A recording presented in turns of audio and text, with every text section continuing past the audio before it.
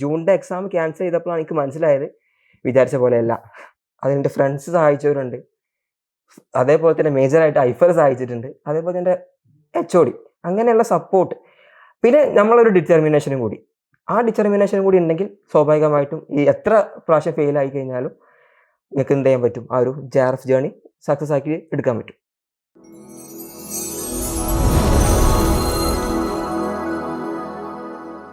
Welcome to Aifer education. UGC net എക്സാമുമായി ബന്ധപ്പെട്ട പ്രിപ്പറേഷനിൽ ഏറ്റവും പ്രധാനപ്പെട്ട കാര്യങ്ങളിലൊന്ന് എക്സാം പ്രിപ്പറേഷനുമായി ബന്ധപ്പെട്ടിട്ടുള്ള ഡിഫറെൻ്റ് ആയിട്ടുള്ള കൺഫ്യൂഷൻസ് യഥാസമയം റിസോൾവ് ചെയ്യാൻ സാധിക്കുക എന്നുള്ളതാണ്. അതുമായി ബന്ധപ്പെട്ടിട്ടുള്ള ചലഞ്ചുകൾ ഓവർകം ചെയ്യുക എന്നുള്ളതാണ്. അതിന് നിങ്ങളെ ഏറ്റവും അധികം ഹെൽപ്പ് ചെയ്യാൻ സാധിക്കുക മുൻവർഷങ്ങളിൽ JRF ക്വാളിഫൈ ചെയ്തിട്ടുള്ളവർക്കാണ്. ഐഫർ എഡ്യൂക്കേഷൻ കഴിഞ്ഞ വീഡിയോ സീരീസുകളിലായിട്ട് ഇപ്രാവശ്യത്തെ വിജയികളുടെ വ്യത്യസ്തമായിട്ടുള്ള ഇൻ്റർവ്യൂസാണ് റിലീസ് ചെയ്തുകൊണ്ടിരിക്കുന്നത്. 2024 ജൂൺ എക്സാമിൽ 50 JRFും 557 നെറ്റും 1394ഓളം PhD അഡ്മിഷൻ മെയ്ഫിൻ്റെ റിസൾട്ടിൻ്റെ ഭാഗമായിട്ടുണ്ട്. അപ്പോൾ ഇതിലെ ഒരുപാട് വിജയികളുമായിട്ടുള്ള ഇൻ്റർവ്യൂസ് നമ്മൾ വരും ദിവസങ്ങളിലും നമ്മൾ റിലീസ് ചെയ്യുന്നതായിരിക്കും. എല്ലാ വീഡിയോസും നിങ്ങൾക്ക് ലഭിക്കുന്നുണ്ടെന്ന് ഉറപ്പുവരുത്താൻ വേണ്ടിയിട്ട് നിങ്ങൾ ഐഫർ എഡ്യൂക്കേഷൻ്റെ യൂട്യൂബ് ചാനൽ സബ്സ്ക്രൈബ് ചെയ്യുക. ഇന്ന് നമ്മുടെ ഇൻ്റർവ്യൂവിൽ നമ്മൾ ഡിസ്കസ് ചെയ്യുന്നത് എങ്ങനെയാണ് നിങ്ങൾക്ക് ഏറ്റവും നല്ല രീതിയിൽ നിങ്ങളുടെ സൈക്കോളജി JRFിലേക്കുള്ള യാത്ര സുഖകരമാക്കാൻ സാധിക്കുക എന്നുള്ളതാണ്. അതിനു വേണ്ടിയിട്ട് ഇന്ന് എൻ്റെ കൂടെ ഉള്ളത് ഇപ്രാവശ്യം സൈക്കോളജിയിൽ JRF നേടിയിട്ടുള്ള നസ്രുദ്ദീനാണ്. നമുക്ക് കൂടുതൽ നസ്രുദ്ദീൻ്റെ വാക്കുകളിലേക്ക് പോവാം. Nasruddin, welcome to the programme. Thank you. ആദ്യം നസ്രുദ്ദീനെ കുറിച്ചൊന്ന് നമ്മളെ ടീമിന് വേണ്ടിയിട്ട് ഇൻട്രൊഡ്യൂസ് ചെയ്യൂ, പഠിച്ചത്, ബാക്ക്ഗ്രൗണ്ട് കാര്യങ്ങളൊക്കെ ഒന്ന്. എൻ്റെ പേര് നസ്രുദ്ദീൻ. ഞാൻ മലപ്പുറം ജില്ലയിലെ കൊടിഞ്ഞിലാണ് സ്ഥലം, തിരുവിടങ്ങാടി ഭാഗത്തുള്ള കൊടിഞ്ഞിലാണ്. അപ്പോൾ +2 കഴിഞ്ഞത് മുതൽ ഞാൻ ഒരു 5 വർഷമായിട്ട് PMST arts and science college Kundoor, അത് വീടിൻ്റെ അടുത്തുള്ള ഒരു കോളേജ് തന്നെയാണ്, അവിടെ തന്നെയാണ് പഠിച്ചത് 5 വർഷം. ഞാനിപ്പോൾ അത് കഴിഞ്ഞതിന് ശേഷം അവിടെ തന്നെ അസിസ്റ്റൻറ്റ് പ്രൊഫസറായിട്ട് വർക്ക് ചെയ്യാണ്. അപ്പോൾ ഏകദേശം 1 വർഷത്തോളമായി അവിടെ ഞാൻ വർക്ക് ചെയ്യുന്നു. ഇപ്പോഴാണ് നെറ്റും JRFും ക്വാളിഫൈ ചെയ്യാൻ പറ്റിയിട്ടുള്ളത്. ഓക്കെ. സോ ഇത് ഈ ഒരു നെറ്റ് ജേണി എത്ര കാലമായി തുടങ്ങിയതാണ്? കുറച്ച് കാലങ്ങളായോ അതോ പുതുതായിട്ടായിരുന്നോ? എങ്ങനെയായിരുന്നു ഒരു നെറ്റ് പ്രിപ്പറേഷൻ ജേണി എന്ന് പറയാം? നെറ്റ് പ്രിപ്പറേഷൻ ജേണി പറയുമ്പോൾ ഞാൻ PGക്ക് ജോയിൻ ചെയ്തത് മുതൽ നെറ്റിനെ ട്രൈ ചെയ്യുന്നുണ്ട്. അതായത് ഇപ്പോൾ ഇതിൻ്റെ 5th അറ്റംപ്റ്റ് ആയിരുന്നു. മുന്നുള്ള 4 പ്രാവശ്യം നെറ്റ് പോലും ക്വാളിഫൈ ചെയ്യാൻ പറ്റിയിട്ടില്ല. അപ്പോൾ ഫസ്റ്റത്തെ പ്രാവശ്യം ഞാൻ എഴുതിയപ്പോൾ നെറ്റിന് എഴുതിയപ്പോൾ എനിക്ക് നെറ്റ് മിസ്സായി പോയത് 4 മാർക്കിനാണ്. അപ്പോൾ എനിക്കൊരു കൊള്ളാലോ, പല PG ഫസ്റ്റ് ഇയർ 4 മാർക്ക് അടുത്ത പ്രാവശ്യം കിട്ടും എന്നുള്ള രീതിയിൽ എഴുതിയപ്പോൾ അടുത്ത പ്രാവശ്യം എഴുതിയപ്പോൾ അത് പോയത് 6 മാർക്കിനായിരുന്നു. കൂടെ പോയി. പിന്നെ അടുത്ത പ്രാവശ്യം എഴുതിയപ്പോൾ കുറച്ചും കൂടി ഒരു 16 അങ്ങനെ എന്തോ അത്യാവശ്യം നല്ലൊരു ഗ്യാപ്പ് വന്നു. അപ്പോൾ എൻ്റെ ഏകദേശം എൻ്റെ PG കാലഘട്ടം കഴിഞ്ഞു. PG കഴിഞ്ഞു. അങ്ങനെ PG കഴിഞ്ഞ് അതിൻ്റെ ഉടനെ തന്നെ ഞാൻ എന്ത് ചെയ്തു, ആ പഠിച്ച കോളേജിൽ തന്നെ ഞാൻ അസിസ്റ്റൻറ്റ് പ്രൊഫസറായിട്ട് കയറുകയും ചെയ്തു. അപ്പോൾ ഇങ്ങനെ ഒരു അസിസ്റ്റൻറ്റ് പ്രൊഫസർ ജോലിയിലേക്ക് കയറുമ്പോൾ നിർബന്ധമാണ്, അതായത് UGC നെറ്റ് ക്വാളിഫൈ ചെയ്യുക, ബേസിക് ആയിട്ടുള്ളൊരു ക്വാളിഫിക്കേഷൻ ആണല്ലോ. അപ്പോൾ ആ ക്വാളിഫിക്കേഷൻ കിട്ടാന്നതിൻ്റെ ഭാഗമായിട്ട് എൻ്റെ ഒരു ഫ്രണ്ട് ഓനെ സഹായിച്ചതിൻ്റെ ഭാഗമായിട്ടാണ് ഞാൻ ഐഫറിൽ ജോയിൻ ചെയ്തത്. കഴിഞ്ഞ ഡിസംബർ ബാച്ചിൽ എനിക്ക് തോന്നുന്നൊരു ഓഗസ്റ്റ് ആ ടൈമിലായിരിക്കും ഞാൻ ജോയിൻ ചെയ്തത്, സെക്കൻഡ് പേപ്പറിന് മാത്രമായിട്ട്. അപ്പോൾ സെക്കൻഡ് പേപ്പറിന് മാത്രമായിട്ട് ജോയിൻ ചെയ്തു. സെക്കൻഡ് പേപ്പർ കുഴപ്പമില്ലാതെ അങ്ങനെ പ്രിപ്പയർ ചെയ്ത് അത്യാവശ്യം ഞാൻ മെനക്കെട്ട് നോക്കി. കാരണം ഞാൻ കോളേജിൽ വർക്ക് ചെയ്യുന്നുണ്ട്, അത് അത്യാവശ്യം പുതിയ സബ്ജക്റ്റുകളും ഫിസിയോളജിയും കാര്യങ്ങളൊക്കെയാണ്. ഞാൻ സൈക്കോളജീൻ്റെ അപ്പുറത്തേക്ക് പറ്റിയ ഫിസിയോളജി കാര്യങ്ങളൊക്കെ ആകുമ്പോൾ കുറച്ചും കൂടി കുട്ടികൾക്ക് നല്ലപോലെ മനസ്സിലാക്കണമെങ്കിൽ ഞാൻ കുറച്ചും കൂടി പ്രിപ്പയർ ആവണം. അപ്പോൾ ആ ഒരു പ്രിപ്പറേഷനും അതും ഒക്കെ നെറ്റിനെ ബാധിക്കുന്നുണ്ടായിരുന്നു. അപ്പോൾ എന്നാലും ഞാൻ കഴിയണത്ര നല്ലപോലെ നോക്കിയിട്ട് അതിലെ JRF ക്ലബ്ബുകളും കാര്യങ്ങളൊക്കെ അറ്റൻഡ് ചെയ്തിട്ട് ഞാൻ നോക്കി. പക്ഷേ അതിൻ്റെ റിസൾട്ട് വന്നപ്പോഴും എനിക്ക് നിരാശയിന് പരം. കാരണം മറ്റുള്ള പോലെ തന്നെ ഒരു 10 മാർക്കിന് എനിക്ക് നെറ്റ് മിസ്സായി പോയി. അപ്പോൾ പിന്നെ ഞാൻ ഓരോ നെറ്റിൻ്റെ റിസൾട്ട് വരുമ്പോഴും ഡൗൺ ആയി പോയിക്കൊണ്ടിരിക്കുമ്പോൾ പിന്നെ അങ്ങനെ ഉമ്മാൻ്റെ ഒക്കെ ഒരു നിർബന്ധം, എന്തായാലും എഴുതിയെടുക്കണം. ഉമ്മാക്കാണ് ഇന്നേക്കാളി കൂടുതൽ ഇത് കിട്ടണം എന്നുള്ളൊരു വാശിയും കാര്യങ്ങളൊക്കെ ഉണ്ടായിരുന്നു. അപ്പോൾ ഉമ്മ പറയും ഞാൻ ദ്വാരക്കുണ്ട്, അപ്പോൾ ഇത് നമുക്ക് കിട്ടും നോക്കാം, ഇല്ലെങ്കിൽ പിന്നെ അറ്റ്ലീസ്റ്റ് ലാസ്റ്റൊക്കെ ആയപ്പോൾ ഈ ഒരു ജൂൺ ബാച്ചും കൂടി ആയപ്പോൾ ഉമ്മാക്ക് എന്തായി ഭയങ്കരമായിട്ട് ഒരു ടെൻഷനൊക്കെ ആയി. ഇനിയിപ്പോൾ എങ്ങനെ ഇത് മുന്നോട്ട് പോവോ ആ കാര്യങ്ങളൊക്കെ ആക്കിയപ്പോൾ നമ്മൾ ജൂൺ എക്സാം വന്നു. ജൂൺ എക്സാമിന് ഇവിടെ ജോയിൻ ചെയ്ത് ജൂൺ 18 എക്സാം നടത്തിയല്ലോ, ക്യാൻസൽ ചെയ്ത എക്സാം. അപ്പോൾ ക്യാൻസൽ ചെയ്ത എക്സാം ഞാൻ അത്യാവശ്യം ഈ 2 മാസം ബ്രേക്ക് കിട്ടുമല്ലോ, നമ്മളെ കോളേജിൽ ജോയിൻ ചെയ്ത ഏപ്രിൽ മെയ് മാസം ലീവാണ്. അപ്പോൾ ആ ഏപ്രിൽ മെയ് മാസത്തിൽ ഞാൻ നല്ലോണം പ്രിപ്പയർ ചെയ്തു. ഞാൻ ഇവിടെ എക്സ്റ്റൻഷൻ ഓഫറിൽ വീണ്ടും ജോയിൻ ചെയ്തിട്ട് ഞാനത് നല്ലോണം പ്രിപ്പയർ ചെയ്തു. അങ്ങനെ ജൂൺ 18 എക്സാം എന്താ പറ്റിയെന്ന് വെച്ച് കഴിഞ്ഞാൽ എനിക്ക് അത്ര നല്ല രീതിയിൽ അറ്റൻഡ് ചെയ്യാൻ പറ്റിയിട്ടില്ല. കാരണം ബേസിക്കായിട്ട് ഡാറ്റ ആ കാര്യങ്ങളൊക്കെ ചെയ്യണ എനിക്ക് ബുദ്ധിമുട്ടുണ്ടായി. കാരണം ഞാൻ വിചാരിച്ചിരുന്ന വെച്ചാൽ മാത്സിൽ ഞാൻ അത്ര കുഴപ്പമില്ല. കാരണം എനിക്ക് മുന്നത്തെ പ്രാവശ്യമൊക്കെ എന്ത് ചെയ്യാൻ പറ്റിയിട്ടുണ്ട്. അതിലൊരു ബോട്ടിൻ്റെ എത്ര കോംപ്ലിക്കേറ്റഡ് ആയ ഒരു ഡാറ്റ ഇൻ്റർപ്രിട്ടേഷൻ സെറ്റ് ഉണ്ടായിരുന്നു അതിന് മുന്നത്തെ ബാച്ചിൽ. ആ ഒരു പ്രാവശ്യം മാത്രമാണ് എനിക്ക് അത് ചെയ്യാൻ പറ്റാതെ പോയത് ഡാറ്റ. പക്ഷേ സാറിൻ്റെ ക്ലാസ് ജൂണിൻ്റെ ആ സാറിൻ്റെ ക്ലാസ്സൊക്കെ കേട്ടിട്ട് ഞാൻ മെൻ്റലി കാൽക്കുലേറ്റ് ചെയ്യും. ഇത് എഴുതി നോക്കേണ്ട കാര്യമൊന്നുമില്ല, അവിടെ പോയിട്ട് ചെയ്യാൻ പറ്റുന്നുള്ള രീതിയിൽ പോയി ചെയ്തപ്പോൾ ആ സെക്കൻഡ് ഷിഫ്റ്റിൽ ആഫ്റ്റർ ജൂൺ 18 ഷിഫ്റ്റിൽ എനിക്ക് സത്യം പറഞ്ഞത് ഭയങ്കരമായിട്ട് നിരാശയായി. കാരണം എനിക്ക് ഒറ്റ ഡാറ്റ ഇൻ്റർപ്രിട്ടേഷൻ ചെയ്യാൻ പറ്റിയില്ല, മാത്തമാറ്റിക്കലി എനിക്ക് സോൾവ് ചെയ്യാൻ പറ്റിയില്ല.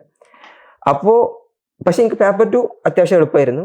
പേപ്പർ 1 ബാക്കിയുള്ള കുറച്ച് കുഴപ്പമില്ല. എന്നാൽ എനിക്ക് നെറ്റ് കിട്ടുമോ കിട്ടില്ല എന്നുള്ളൊരു കൺഫ്യൂഷനിലാണ് ഞാൻ പോയത്. അന്ന് തീരുമാനമായി. അങ്ങനെ അതിന് ശേഷം ഞാൻ തീരുമാനിച്ച്, അതായത് ആ ഒരു ജൂൺ 18 എക്സാമിൻ്റെ ക്യാൻസലേഷൻ എനിക്ക് ചെറിയൊരു ഇൻസൈറ്റ് കിട്ടി. കാരണം നമ്മൾ മാത്തമാറ്റിക്കൽ എത്രത്തോളം നമുക്ക് ചെയ്യാൻ പറ്റും നമ്മൾ വിചാരിക്കുന്നുണ്ടെങ്കിലും പക്ഷെ അത് എത്രത്തോളം എഴുതി ഫലിപ്പിക്കുക എന്നുള്ളത്, ആ ഉത്തരം കണ്ടെത്തുക എന്നുള്ളത് കുറച്ചൊരു ഡിഫിക്കൽട്ട് ടാസ്ക് തന്നെയാണ്. അപ്പം ഞാനത് ചെയ്ത് നോക്കാൻ തുടങ്ങി. ഇപ്പോൾ സാറിൻ്റെ JRF ക്ലബ്ബും കാര്യങ്ങളൊക്കെ നോക്കിയിട്ട് ഞാൻ എന്ത് ചെയ്തു, ആ ഒരു കാര്യങ്ങൾ അതിൻ്റെ റെക്കോർഡഡ് സെഷൻസും കാര്യങ്ങളൊക്കെ നോക്കിയിട്ട് ഞാൻ എന്ത് ചെയ്യാൻ തുടങ്ങി, അത് ചെയ്ത് നോക്കാൻ തുടങ്ങി. അങ്ങനെയൊക്കെയാണ് ഇത് നേടിയെടുത്ത്. Okay, nice. അപ്പൊ ഇതിലിപ്പോ പറഞ്ഞു നമ്മൾ ആദ്യം തന്നെ മൾട്ടിപ്പിൾ ടൈം അറ്റംപ്റ്റ് ചെയ്തിരുന്നു. ആദ്യത്തെ പ്രാവശ്യം ഒരു കുറച്ച് മാർക്കിന് പോയി, പിന്നെ അതിനേക്കാളൊരു മാർക്കിന് പോയി.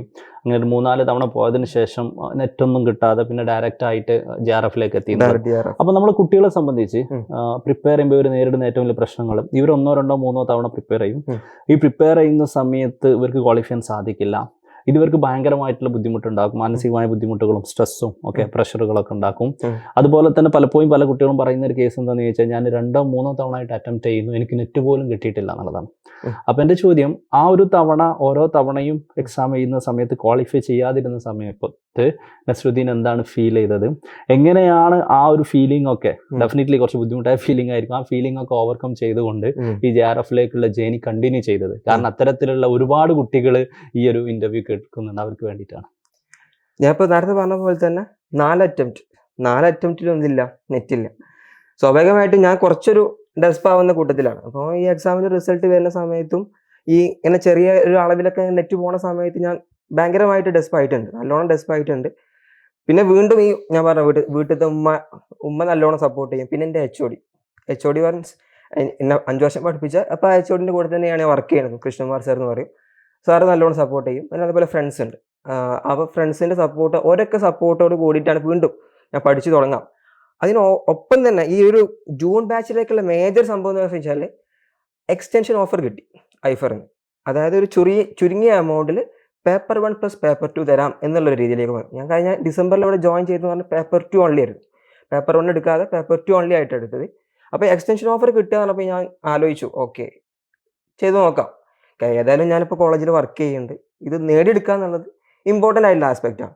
അപ്പം ഇനി എത്ര നെറ്റ് കിട്ടിയില്ലെങ്കിലും നമ്മളൊന്ന് ട്രൈ ചെയ്ത് നോക്കാം.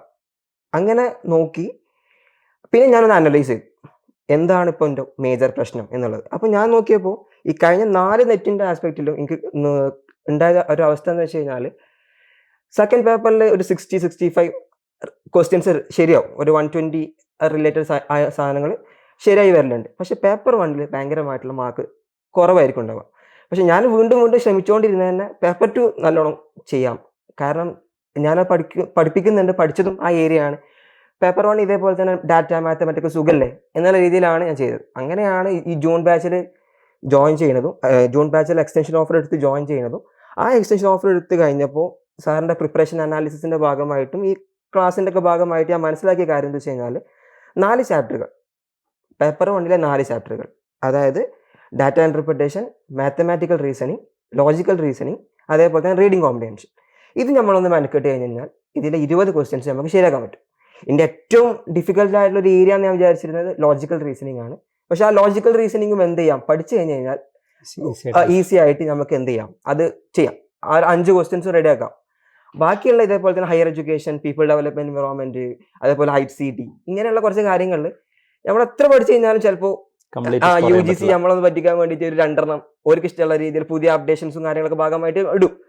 അപ്പൊ അത് എത്രത്തോളം കൺഫേം ആക്കാൻ പറ്റും നിങ്ങൾക്ക് അറിയില്ല. അപ്പോൾ ഞാൻ തീരുമാനിച്ചെന്ന് വെച്ചാൽ ഈ 4 ചാപ്റ്ററിലുള്ള 20 ക്വസ്റ്റ്യൻസും ബാക്കിയുള്ള 6 ചാപ്റ്ററിന് അറ്റ്ലീസ്റ്റ് ഒരു 3 വെച്ചിട്ട് ഒരു 38 ക്വസ്റ്റ്യൻസ് എങ്കിലും ശരിയാക്കണം എന്നുള്ളതൊരു മൈൻഡിലുണ്ടായിരുന്നു. അപ്പൊ ഞാൻ ആ ഒരു എയിം വെച്ചിട്ട് തന്നെയാണ് ഫസ്റ്റ് പേപ്പർ ഞാൻ എയിം ചെയ്ത് പഠിച്ചത്. അപ്പോൾ അതിൽ ഞാൻ ഈ ഡാറ്റയിലേക്ക് ഏറ്റവും കൂടുതൽ ഞാൻ ഫോക്കസ് ചെയ്ത് കൊടുത്തത് ജൂണിന്റെ ബാച്ച് ക്യാൻസൽ ചെയ്തപ്പോൾ, ജൂണിന്റെ എക്സാം ക്യാൻസൽ ചെയ്തപ്പോഴാണ് എനിക്ക് മനസ്സിലായത് വിചാരിച്ച പോലെയല്ല. അത് നമ്മളൊന്ന് ചെയ്ത് നോക്കിയിട്ട് ഓരോ മെത്തേഡുകളും ഡിഫറെൻ്റ് ആയ ഗ്രോത്ത് റേഷ്യോ അങ്ങനെയുള്ള കുറേ കാര്യങ്ങളുണ്ടല്ലോ. അപ്പോൾ ആ കാര്യങ്ങൾ മൊത്തം നമ്മൾക്ക് മൈൻഡിൽ ഇക്വേഷൻ ഉണ്ടെങ്കിലും കാര്യങ്ങളൊക്കെ ഉണ്ടെങ്കിലും അതൊന്നും ഇപ്പോൾ നെറ്റിന്റെ വേറൊരു പ്രശ്നം എന്ന് വെച്ച് കഴിഞ്ഞാൽ 180 ക്വസ്റ്റ്യൻസാണ്, 150 മിനിറ്റും 150 ക്വസ്റ്റ്യൻസും. അപ്പൊ ഏകദേശം 1 മിനിറ്റും എത്രയോ കിട്ടുക ഒരു ക്വസ്റ്റ്യന് 180 മിനിറ്റ്സ് 150 ക്വസ്റ്റ്യൻസ്. അപ്പോൾ 1 മിനിറ്റ് പിന്നെ കുറച്ച് സെക്കൻഡ്സും ആണ് ഒരു ക്വസ്റ്റ്യൻ നമുക്ക് ചെലവഴിക്കാൻ കിട്ടുന്നുണ്ടാവുക. അപ്പോൾ ഈ ഡാറ്റിനെ സംബന്ധിച്ചിടത്തൊക്കെ കുറെ സമയം അതിന്റെ മേലെ പോകും. അപ്പൊ ഈ ഡാറ്റിന്റെ മേലെ കുറെ ഇരിക്കുമ്പോൾ ബാക്കിയുള്ളത് പ്രോപ്പറായിട്ട് വായിക്കാനോ പ്രോപ്പറായിട്ട് അറ്റൻഡ് ചെയ്യാനോ പറ്റാത്ത രീതിയിലേക്ക് പോകും. അപ്പോൾ ഈ ജൂണിന്റെ ക്യാൻസൽ ചെയ്ത് ഓഗസ്റ്റിലേക്ക് എത്തിയപ്പോൾ ഫസ്റ്റത്തെ ക്വസ്റ്റ്യൻ തന്നെ ഡാറ്റയാണല്ലോ വരിക. പേപ്പർ 1 ഡാറ്റയാണ്. എനിക്ക് എല്ലാവർക്കും അങ്ങനെ തന്നെയാണെന്ന് വിശ്വാസം. ഡാറ്റയാണ് വന്നത്. അപ്പൊ ഡാറ്റ വന്നപ്പോൾ ഞാൻ വീണ്ടും സ്റ്റക്കായി മീൻസ് ഞാൻ ചെയ്ത് നോക്കി, പക്ഷെ എവിടെയൊക്കെ കിട്ടുന്നില്ല. അപ്പൊ ഞാൻ നേരെ പേപ്പർ 2ലേക്ക് പോയി. പേപ്പർ 2ൽ കുറച്ച് ക്വസ്റ്റ്യൻസ് ചെയ്തു. ഒരു 25 ക്വസ്റ്റ്യൻസ് ചെയ്തപ്പോൾ വീണ്ടും എൻ്റെ മൈൻഡ് സ്റ്റക്കായി. കാരണം എന്ത് ചെയ്യാൻ പറ്റിയിട്ടില്ല. ഞാൻ എയിം വെച്ച കാര്യം, അതായത് ഡാറ്റ ചെയ്യണം എന്നുള്ള സാധനം ഉള്ളതുകൊണ്ട് തന്നെ ഞാൻ വീണ്ടും സാർ അന്ന് പറഞ്ഞൊരു കാര്യം ഉണ്ടായിരുന്നു. അതായത് നമ്മൾ ഡാറ്റ ചെയ്യുന്ന സമയത്ത് ചറബറ എഴുതി വെക്കരുത്, ഒന്ന് ഓർഗനൈസ്ഡ് ആയിട്ട് ഒരു ടേബിളിലൊക്കെ ചെയ്യണം എന്ന് പറഞ്ഞത്. അപ്പോൾ ഇത് അതേപോലെ തന്നെ സബ്സ്ക്രൈബ്ഡ് അതേപോലെ അൺസബ്സ്ക്രൈബ്ഡ് ആയിട്ടുള്ള കുറച്ച് ആൾക്കാർ, അതിൽ എത്ര പേര് റേഷ്യോ എത്ര അങ്ങനെയുള്ള കുറച്ച് കാര്യങ്ങളുണ്ടായിരുന്നു. ഞാനത് ടാബിളൈസ് ചെയ്തിട്ട് ടേബിൾ ആക്കിയിട്ട് ചെയ്യാൻ നോക്കി. കറക്റ്റായിട്ട് വിത്തിൻ 10 മിനിറ്റ്സിൽ 5 ക്വസ്റ്റ്യൻ ഉത്തരം കിട്ടി. ഭയങ്കര ഹാപ്പിയായി. ബാക്കിയുള്ള കാര്യങ്ങളും ചെയ്തു. ഡാറ്റ മാത്തമാറ്റിക്കൽ ചെയ്യാൻ പറ്റി, ലോജിക്കൽ ചെയ്യാൻ പറ്റി, റീഡിങ്ങും ചെയ്യാൻ പറ്റി. ഈസിയായിരുന്നു. റീഡിങ് ഭയങ്കര ഈസി ആയിരുന്നു. ബാക്കിയുള്ളത് ഞാൻ വിചാരിച്ച പോലെ തന്നെ അത്യാവശ്യം കുഴപ്പമില്ല എന്നുള്ള രീതിയിൽ ബാക്കിയുള്ള എല്ലാ ഏരിയാസും കവർ ചെയ്യാൻ പറ്റി. അപ്പോൾ മേജറായിട്ട് ഞാൻ വിചാരിക്കുന്നത് പേപ്പർ 1 ഞാൻ ഫോക്കസ് ചെയ്ത് പഠിച്ചു ഈ JRF എന്നുള്ളതാണ് പറയാൻ. അപ്പൊ ഇതിലിപ്പോ നമ്മൾ നേരത്തെ ചോദിച്ച ചോദ്യത്തിന് തന്നെ ഒന്നുകൂടി ഒന്ന് റിലേറ്റഡ് ആയിട്ടും അപ്പൊ നമ്മൾ ഇപ്രാവശ്യം ഇപ്പൊ എക്സാം ക്വാളിഫൈ ചെയ്യാൻ പറ്റാത്ത ആളുകളൊക്കെ നമ്മളോടൊക്കെ പറയുന്ന ഒരു കേസ്, ഞാൻ ആകെ ഡൗൺ ആയിപ്പോയി, ഇനിയിപ്പോ സ്റ്റാർട്ട് ചെയ്യാൻ എനിക്ക് പറ്റുന്നില്ല, എങ്ങനെയാണ് സ്റ്റാർട്ട് ചെയ്യേണ്ടത് എന്നുള്ളതാണ്. അപ്പൊ അവിടെയും ഞാൻ ചോദിച്ച ചോദ്യം, ഇപ്പൊ ചോദിക്കാൻ ആഗ്രഹിക്കുന്നതും, അങ്ങനെ നല്ല ഡൗൺ ആയിട്ട് മൾട്ടിപ്പിൾ ടൈമിൽ എക്സാമിന് പ്രിപ്പയർ ചെയ്തിട്ടും ക്വാളിഫൈ ചെയ്യാതിരുന്നിട്ടും എങ്ങനെയാണ് ആ ഒരു മോട്ടിവേഷൻ കണ്ടെത്തിയത് വീണ്ടും ഈ യാത്ര? കാരണം വീണ്ടും ഈ യാത്ര തുടങ്ങിയത് കൊണ്ടാണ് നമുക്ക് JRF കിട്ടാൻ സാധിച്ചിട്ടുള്ളത്. അപ്പം എവിടെ നിന്ന് തുടങ്ങി, അല്ലെങ്കിൽ എങ്ങനെയാണ് ഒരു സിറ്റുവേഷൻ ഓവർകം ചെയ്യാൻ ശ്രമിച്ചത്? ഒന്നാമത്തെ കാര്യം, എൻ്റെ ഒരു പാഷനാണ് ടീച്ചിങ്. ഓക്കെ അപ്പോൾ ഞാൻ ഇപ്പോൾ PG പഠിക്കുന്ന സമയത്ത് എക്സാം സമയത്തൊക്കെ കൂടുതലുള്ള ഫ്രണ്ട്സിനൊക്കെ ഞാൻ പറഞ്ഞു കൊടുക്കും ടോപ്പിക്കും കാര്യങ്ങളൊക്കെ. അപ്പോൾ അവരുടെ ഫീഡ്ബാക്ക് ആയിരുന്നു ടീച്ചിങ് കൊണ്ട് പറ്റും എന്നുള്ളത്. അപ്പോൾ പിന്നെ നമ്മൾ സൈക്കോളജി പഠിച്ചതിന് സ്വാഭാവികമായിട്ട് അടുത്ത ഇയർ ആണ് കൗൺസിലിംഗ് ആണ്. അപ്പോൾ കൗൺസിലിംഗ് എന്ന് പറഞ്ഞാൽ അത്ര എനിക്കൊരു കംഫർട്ടബിൾ അല്ല എന്നല്ല, പക്ഷെ ഈ കൗൺസിലിംഗുകളിൽ കൂടുതൽ എനിക്ക് ചെയ്യാന്നുള്ളത് ടീച്ചിങ്ങിലേക്കായിരിക്കും. അപ്പോൾ ഒന്നാമത്തെ എൻ്റെ ടീച്ചിങ്ങിലേക്ക് ഞാൻ ഫോക്കസ് ചെയ്യണമെന്നുണ്ടെങ്കിൽ സ്വാഭാവികമായിട്ടും നെറ്റ് നേടിയെടുക്കുക എന്നുള്ളത് എൻ്റെ ബേസിക് നീഡാണ്. രണ്ടാമത്തത് ഫാമിലി അവസ്ഥ, അതായത് ഫാമിലി അവസ്ഥ മീൻസ് ഉപ്പ ഗൾഫ് നിർത്തി വന്നതാണ്. അപ്പം ഞാൻ എന്തായാലും ഒന്ന് സ്റ്റേബിൾ ആവണം. Within short period of time തന്നെ എനിക്ക് ഒരു സ്റ്റേബിൾ ആവുക എന്നുള്ളത് എൻ്റെ അത്യാവശ്യമാണ്. അപ്പോഴും അതിലേക്ക് ഇപ്പോൾ എയ്ഡഡ് കോളേജിലേക്ക് മാറണമെങ്കിലോ അല്ലെങ്കിൽ ഗസ്റ്റ് ലെക്ചർ ആയിട്ട് പോകണമെങ്കിലോ എന്നുണ്ടെങ്കിൽ നെറ്റ് ക്വാളിഫൈ ചെയ്യാന്നുള്ളത് നിർബന്ധമാണ്. പിന്നെ പറഞ്ഞ പോലെ തന്നെ ഇതിൻ്റെ കൂടെയുള്ള ആൾക്കാരുടെ സപ്പോർട്ട്, അതിൻ്റെ ഫ്രണ്ട്സ് സഹായിച്ചവരുണ്ട്, അതേപോലെ തന്നെ മേജറായിട്ട് ഐഫർ സഹായിച്ചിട്ടുണ്ട്, അതേപോലെ തന്നെ HOD, അങ്ങനെയുള്ള സപ്പോർട്ട്. പിന്നെ നമ്മളൊരു ഡിറ്റർമിനേഷനും കൂടി, ആ ഡിറ്റർമിനേഷനും കൂടി ഉണ്ടെങ്കിൽ സ്വാഭാവികമായിട്ടും ഈ എത്ര പ്രാവശ്യം ഫെയിൽ ആയി കഴിഞ്ഞാലും നിങ്ങൾക്ക് എന്ത് ചെയ്യാൻ പറ്റും, ആ ഒരു JRF ജേർണി സക്സസ് ആക്കി എടുക്കാൻ പറ്റും. ഓക്കെ ഓക്കെ, അതായത് നമുക്ക് മുന്നോട്ട് പോകാനുള്ള കാരണങ്ങൾ കണ്ടെത്തുക. അത് കാരണങ്ങൾ ഓരോരുത്തർക്കും ഓരോരോ കാരണങ്ങളുണ്ടാവും. കാരണങ്ങളാവും, പക്ഷെ ആ ഒരു കാരണങ്ങൾ കണ്ടെത്തുക എന്നുള്ളതാണ് അതിലൊരു ഇമ്പോർട്ടന്റ് ആസ്പെക്ട് ലൈഫിൽ. അപ്പൊ ഇതില് പലപ്പോഴായിട്ട് നസ്രുദ്ദീൻ പറഞ്ഞൊരു സംഭവമാണ് ഒരു HODയുടെ സപ്പോർട്ട്, അല്ലെങ്കിൽ ടീച്ചേഴ്സിന്റെ സപ്പോർട്ട്, ഫ്രണ്ട്സിന്റെ സപ്പോർട്ട്, ഉമ്മയുടെ സപ്പോർട്ട് എന്നുള്ളതൊക്കെ. അപ്പോൾ പലപ്പോഴും ഈ ചോദ്യം എക്സാമിന് പ്രിപ്പയർ ചെയ്യുന്ന ആളുകൾക്ക് വേണ്ടിയിട്ടല്ല, അവരുടെ പ്രിയപ്പെട്ടവർക്ക് വേണ്ടിയിട്ടാണ് ഈ ചോദ്യം ചോദിക്കുന്നത്. അതായത് പലപ്പോഴും വലിയ കുട്ടികളാണ് ഈ പരീക്ഷ ചെയ്തത്. നോർമലി നമ്മളെ നാട്ടിൽ വലിയ കുട്ടികളെന്ന് കയറുന്ന ആളുകളാണ് കയറുക. അപ്പോൾ അതുകൊണ്ട് പലരും എന്താണെന്ന് ചോദിച്ചാൽ മേ ബി ഫീ കൊടുക്കാനുള്ള ഫൈനാൻഷ്യലി ഡിപ്പെൻഡന്റ് ആളുകളാണെങ്കിൽ ഫീ കൊടുക്കാനുള്ള പൈസ ഒക്കെ കൊടുത്തിട്ട് നിങ്ങൾ പ്രിപ്പയർ ചെയ്തോളൂ, നിങ്ങൾ നോക്കിക്കോളൂ, നിങ്ങൾ പഠിക്കുക എന്നുള്ളൊരു ആസ്പെക്ട് കുറേ സ്നേഹത്തോട് കൂടിയിട്ട്. അപ്പോൾ എത്രത്തോളമാണ് ഈ ഒരു സപ്പോർട്ട് സിസ്റ്റം ഇതിൽ ഇമ്പോർട്ടൻ്റ് ആവുന്നത്, ഐ മീൻ എല്ലാ തവണത്തും. അപ്പോൾ അതുപോലെ തന്നെ നസ്രുദ്ദീൻ്റെ സപ്പോർട്ട് സിസ്റ്റങ്ങളെ വേണമെങ്കിൽ കുറിച്ച് പറയാം. ഈവൻ നിങ്ങളുടെ ഉമ്മയെക്കുറിച്ചോ അല്ലെങ്കിൽ ഞാൻ പറഞ്ഞ ടീച്ചേഴ്സിനെ കുറിച്ചോ ഇതിൽ റോളുള്ള ആളുകളെ കുറിച്ചോ ഈവൻ പേര് വേണമെങ്കിൽ ഉൾപ്പെടെ പറയാം, കാരണം അവർ അതിനുള്ള ഗ്രാറ്റിറ്റ്യൂഡ് അർഹിക്കുന്നുണ്ട് എന്നുള്ളതുകൊണ്ടാണ്. അപ്പോൾ എത്രത്തോളമാണ് ഈ സപ്പോർട്ട് സിസ്റ്റം ഇമ്പോർട്ടൻ്റ് ആവുന്നത്, നസ്രുദ്ദീൻ്റെ സപ്പോർട്ട് സിസ്റ്റമായിട്ട് ആക്ട് ചെയ്ത ആളുകളെ കുറിച്ചൊന്ന് പറയാം.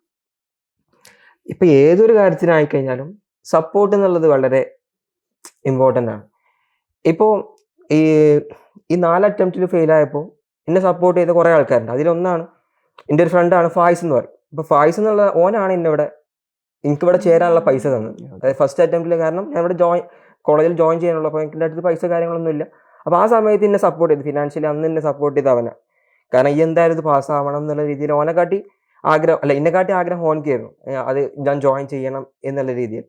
അങ്ങനെ ആ ഒരു സപ്പോർട്ടിന് കൂടെ തന്നെയുള്ള എൻ്റെ ഉമ്മാൻ്റെ സപ്പോർട്ട്. കാരണം ഇപ്പോൾ സ്വാഭാവികമായിട്ട് ഞാൻ വീട്ടിൽ ഒറ്റ മോനാണ്. അപ്പോൾ അതിൻ്റെ ഭാഗമായിട്ട് സ്വാഭാവികമായിട്ട് കുറച്ചും കൂടി പൈസയുള്ള ജോബ്, ദുബായിക്ക് പോവാം അങ്ങനെയുള്ള രീതിയിലൊക്കെ പല ആൾക്കാരും പറഞ്ഞപ്പോഴും എൻ്റെ ഉമ്മ പറഞ്ഞത് ഓൻ പഠിക്കട്ടെ, അതേപോലെ എൻ്റെ ഉപ്പ പറഞ്ഞതും ഓൻ പഠിച്ചോട്ടെ എന്നുള്ളതാണ്. അപ്പോൾ ആ ഒരു ധൈര്യം ഉണ്ടായിരുന്നു. അവർ തന്നൊരു സപ്പോർട്ട്, ആ സപ്പോർട്ടും ഞാൻ കണ്ടില്ലാതെ വെക്കാൻ പറ്റില്ലല്ലോ. ആ സപ്പോർട്ടും പിന്നെ അതേപോലെ തന്നെ ഓരോ പ്രാവശ്യം മാർക്ക് കിട്ടാതാകുമ്പോൾ ഞാൻ ഭയങ്കര ഡെസ്പ് ആകുമ്പോൾ എന്നെ ഏറ്റവും കൂടുതൽ സഹായിച്ച ആളാണ് എൻ്റെ HOD കൃഷ്ണകുമാർ സാറാണ്. കാരണം സാറ് പറയും, ഈ ട്രൈ ചെയ്യേ, ഒരു ദിവസം ഒരു 50 ക്വസ്റ്റ്യൻസ് ചെയ്യേ, ഒരു 2 മണിക്കൂർ പഠിക്കുക, നേടിയെടുക്കാൻ പറ്റുമല്ലോ, ഞാനുണ്ടല്ലോ കൂടെ. അങ്ങനെയുള്ള രീതിയിലുള്ള ഓരോ ആൾക്കാരും. ഇപ്പോൾ അതേപോലെ തന്നെ ഈ നെറ്റ് ആസ്പിറൻസ് ആയിട്ടുള്ള പല ആൾക്കാരും, ഇപ്പോൾ ഹൗസ് വൈഫ്സ് ആയിട്ടുള്ള ആൾക്കാരുണ്ടാവും, അല്ല വേറെ രീതിയിൽ വർക്ക് ചെയ്യുന്ന ആൾക്കാരൊക്കെ ഉണ്ടാവും. അപ്പോൾ ഇവർക്ക് പാർട്ട്നേഴ്സും ഫാമിലീസും കാര്യങ്ങളും. അപ്പോൾ ഇങ്ങനെയൊക്കെ സീരിയസ് ആയിട്ട് അപ്രോച്ച് ചെയ്യുന്ന ആൾക്കാരോട് പറയാനുള്ളത്, അവരുടെ കൂടെ ഉള്ള ആൾക്കാരോട് പറയാനുള്ളത് സപ്പോർട്ട് ചെയ്യാം. ഡെഫിനറ്റ് ആയിട്ട് എന്ത് ചെയ്യാൻ പറ്റും, ഒരു സക്സീഡ് ആയിട്ട് വരും. ഓക്കെ ഓക്കെ, ജസ്റ്റ് ഒന്ന് അറിയാൻ വേണ്ടി ഉമ്മാന്റെ ഉപ്പാന്റെയും പേരും സ്ഥലവും. ഉമ്മാന്റെ പേര് സുലൈഖ, പേര് മുഹമ്മദ് കുട്ടി. ഓക്കെ, സ്ഥലം ചെമ്മാട് തന്നെ, കൊടിഞ്ഞ. ഓക്കെ.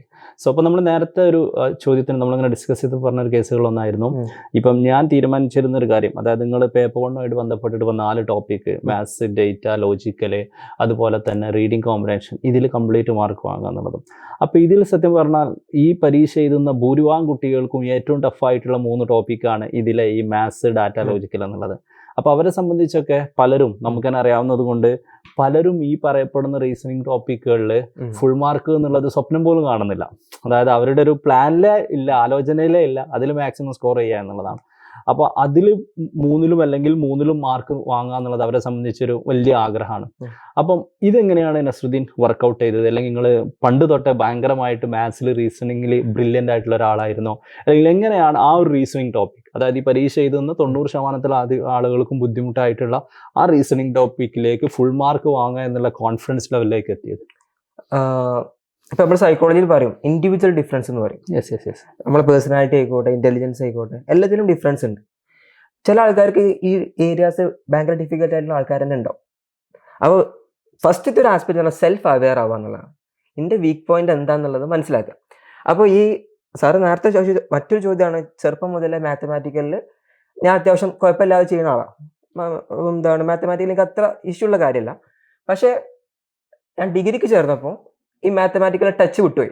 +2 വരെ മാത്സ് ഉണ്ട്, പിന്നെ സൈക്കോളജി ചേർന്നപ്പോൾ സ്റ്റാറ്റിൻ്റെ ഭാഗമായിട്ടുണ്ടെങ്കിലും പിന്നെ നമ്മളത് വർക്കൗട്ട് ചെയ്യണമെന്നില്ലല്ലോ. പക്ഷെ എന്നാലും എനിക്ക് ഡാറ്റ ടാബിൾ കിട്ടുമ്പോൾ അതിൻ്റെ ഒരു ലോജിക്ക് വെച്ചിട്ട് എനിക്ക് സോൾവ് ചെയ്യാൻ പറ്റുന്ന രീതിയിലുള്ളതായിരുന്നു ഫസ്റ്റത്തെ 2 പിന്നെ അത് മുതൽ ടഫായി തുടങ്ങി. അപ്പോൾ ഇത് ചെയ്യുന്ന ആൾക്കാരോട് പറയാനുള്ളത് വെച്ച് കഴിഞ്ഞാൽ, ഡാറ്റ മാത്തമാറ്റിക്കൽ നിങ്ങൾ സ്കോർ ചെയ്യാൻ ആഗ്രഹിക്കുന്നുണ്ടെങ്കിൽ ഇപ്പോൾ അതിന് ഡിഫറെൻ്റ് ആയിട്ടുള്ള ഇക്വേഷൻസും, ഇപ്പോൾ ഗ്രോത്ത് റേറ്റ് കാണാൻ ഒരു ഇക്വേഷൻ ഉണ്ട്, അതേപോലെ സക്സസീവ് ഡിസ്കൗണ്ട് കാണാൻ വേറെ ഇക്വേഷൻ ഉണ്ട്. അങ്ങനെയുള്ള പല ബേസിക് ആയിട്ടുള്ളതിന് ഫോർമാറ്റ് മനസ്സിലാക്കുക എന്നുള്ളതാണ്. ആ ഫോർമാറ്റ് മനസ്സിലാക്കാൻ എന്നെ ഐഫർ നല്ലോണം സഹായിച്ചിട്ടുണ്ട്. ഏതൊക്കെ ഡിഫറെൻറ്റ് ടൈപ്സ് ഓഫ് ഇക്വേഷൻസ് ആണ്, എങ്ങനെയാണ് അതിനെ അപ്രോച്ച് ചെയ്യേണ്ടുന്ന രീതി.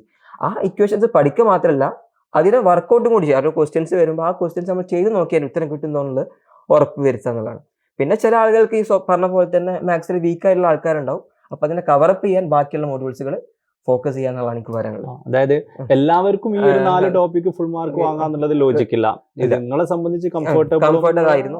എനിക്ക് ഞാൻ പഠിച്ചു എനിക്ക് കിട്ടും എന്നുള്ള കോൺഫിഡൻസ് ഉള്ള ഭാഗങ്ങളായിരുന്നു. അപ്പൊ എല്ലാവരും ഈ 10 ടോപ്പിക്കുകളിൽ അവർക്കൊരു സ്ട്രോങ് ആയിട്ട് ഫീൽ ചെയ്യുന്ന ഒരു 3-4 ടോപ്പിക്കുകൾ കണ്ടെത്തുക, അതിലൊരു ഫുൾ മാർക്ക് വാങ്ങുക എന്നുള്ളൊരു പ്ലാനിലേക്ക് പോവാ. ബാക്കിയുള്ളതിൽ ഓൺ ആൻ ആവറേജ് 3 to 4 ഒക്കെ വാങ്ങുക. സോ അങ്ങനെയുള്ള ഒരു സ്ട്രാറ്റജി ആയിരിക്കും ഒന്നുകൂടി നന്നാവാൻ തോന്നുന്നു അല്ലെ? അതാണ് എന്റെ കേസിൽ എല്ലാവർക്കും അങ്ങനെ വർക്കാണ്. അതായത് ഒരു പരിധി വരെ നല്ല, കാരണം ഒരു 35+ മാർക്ക് വാങ്ങുക എന്നുള്ളതിനൊക്കെ അത് 35 ക്വസ്റ്റ്യൻസിന് മേലെ കറക്റ്റ് ചെയ്യാന്നുള്ളത് അതിലൊരു ഇമ്പോർട്ടന്റ് ആസ്പെക്ട് വർക്ക് തോന്നുന്നു.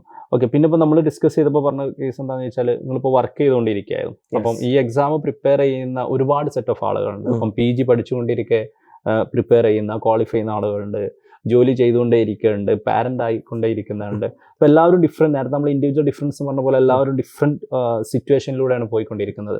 അപ്പൊ അതത് സിറ്റുവേഷനിലൂടെ പോയിക്കൊണ്ട് എഫേർട്ട് എടുത്തിട്ട് ക്വാളിഫൈ ചെയ്ത ആളുകൾക്ക് അവരെ ഒന്നുകൂടി ഗൈഡ് ചെയ്യാൻ പറ്റും.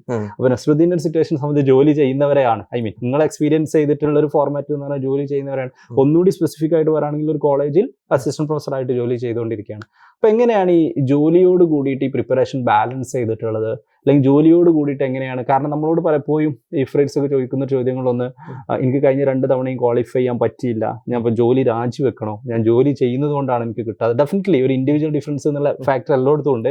ബട്ട് ഒരു ജനറൽ ആസ്പെക്റ്റുകളിൽ ജോലി ചെയ്തുകൊണ്ടിരിക്കെ പ്രിപ്പയർ ചെയ്യുന്നതിനെ കുറിച്ചും അതിൻ്റെ ഒരു സാധ്യത, അല്ലെങ്കിൽ എങ്ങനെയാണ് നിങ്ങൾ ആ ഒരു ഇഷ്യൂ അല്ലെങ്കിൽ അത് വർക്ക്ഔട്ട് ചെയ്തിട്ടുള്ളത്? ഇപ്പോൾ ഞാൻ പറഞ്ഞു കഴിഞ്ഞ ഓഗസ്റ്റ് മുതൽ ഞാൻ ഐഫറിൽ ഭാഗമാണ്. അന്ന് ഞാൻ പേപ്പർ 2 മാത്രമാണ് എടുത്തത്. അപ്പോൾ ഞാനത് അന്ന് മുതലേ ഞാൻ വർക്ക് ചെയ്യുന്നുണ്ട്.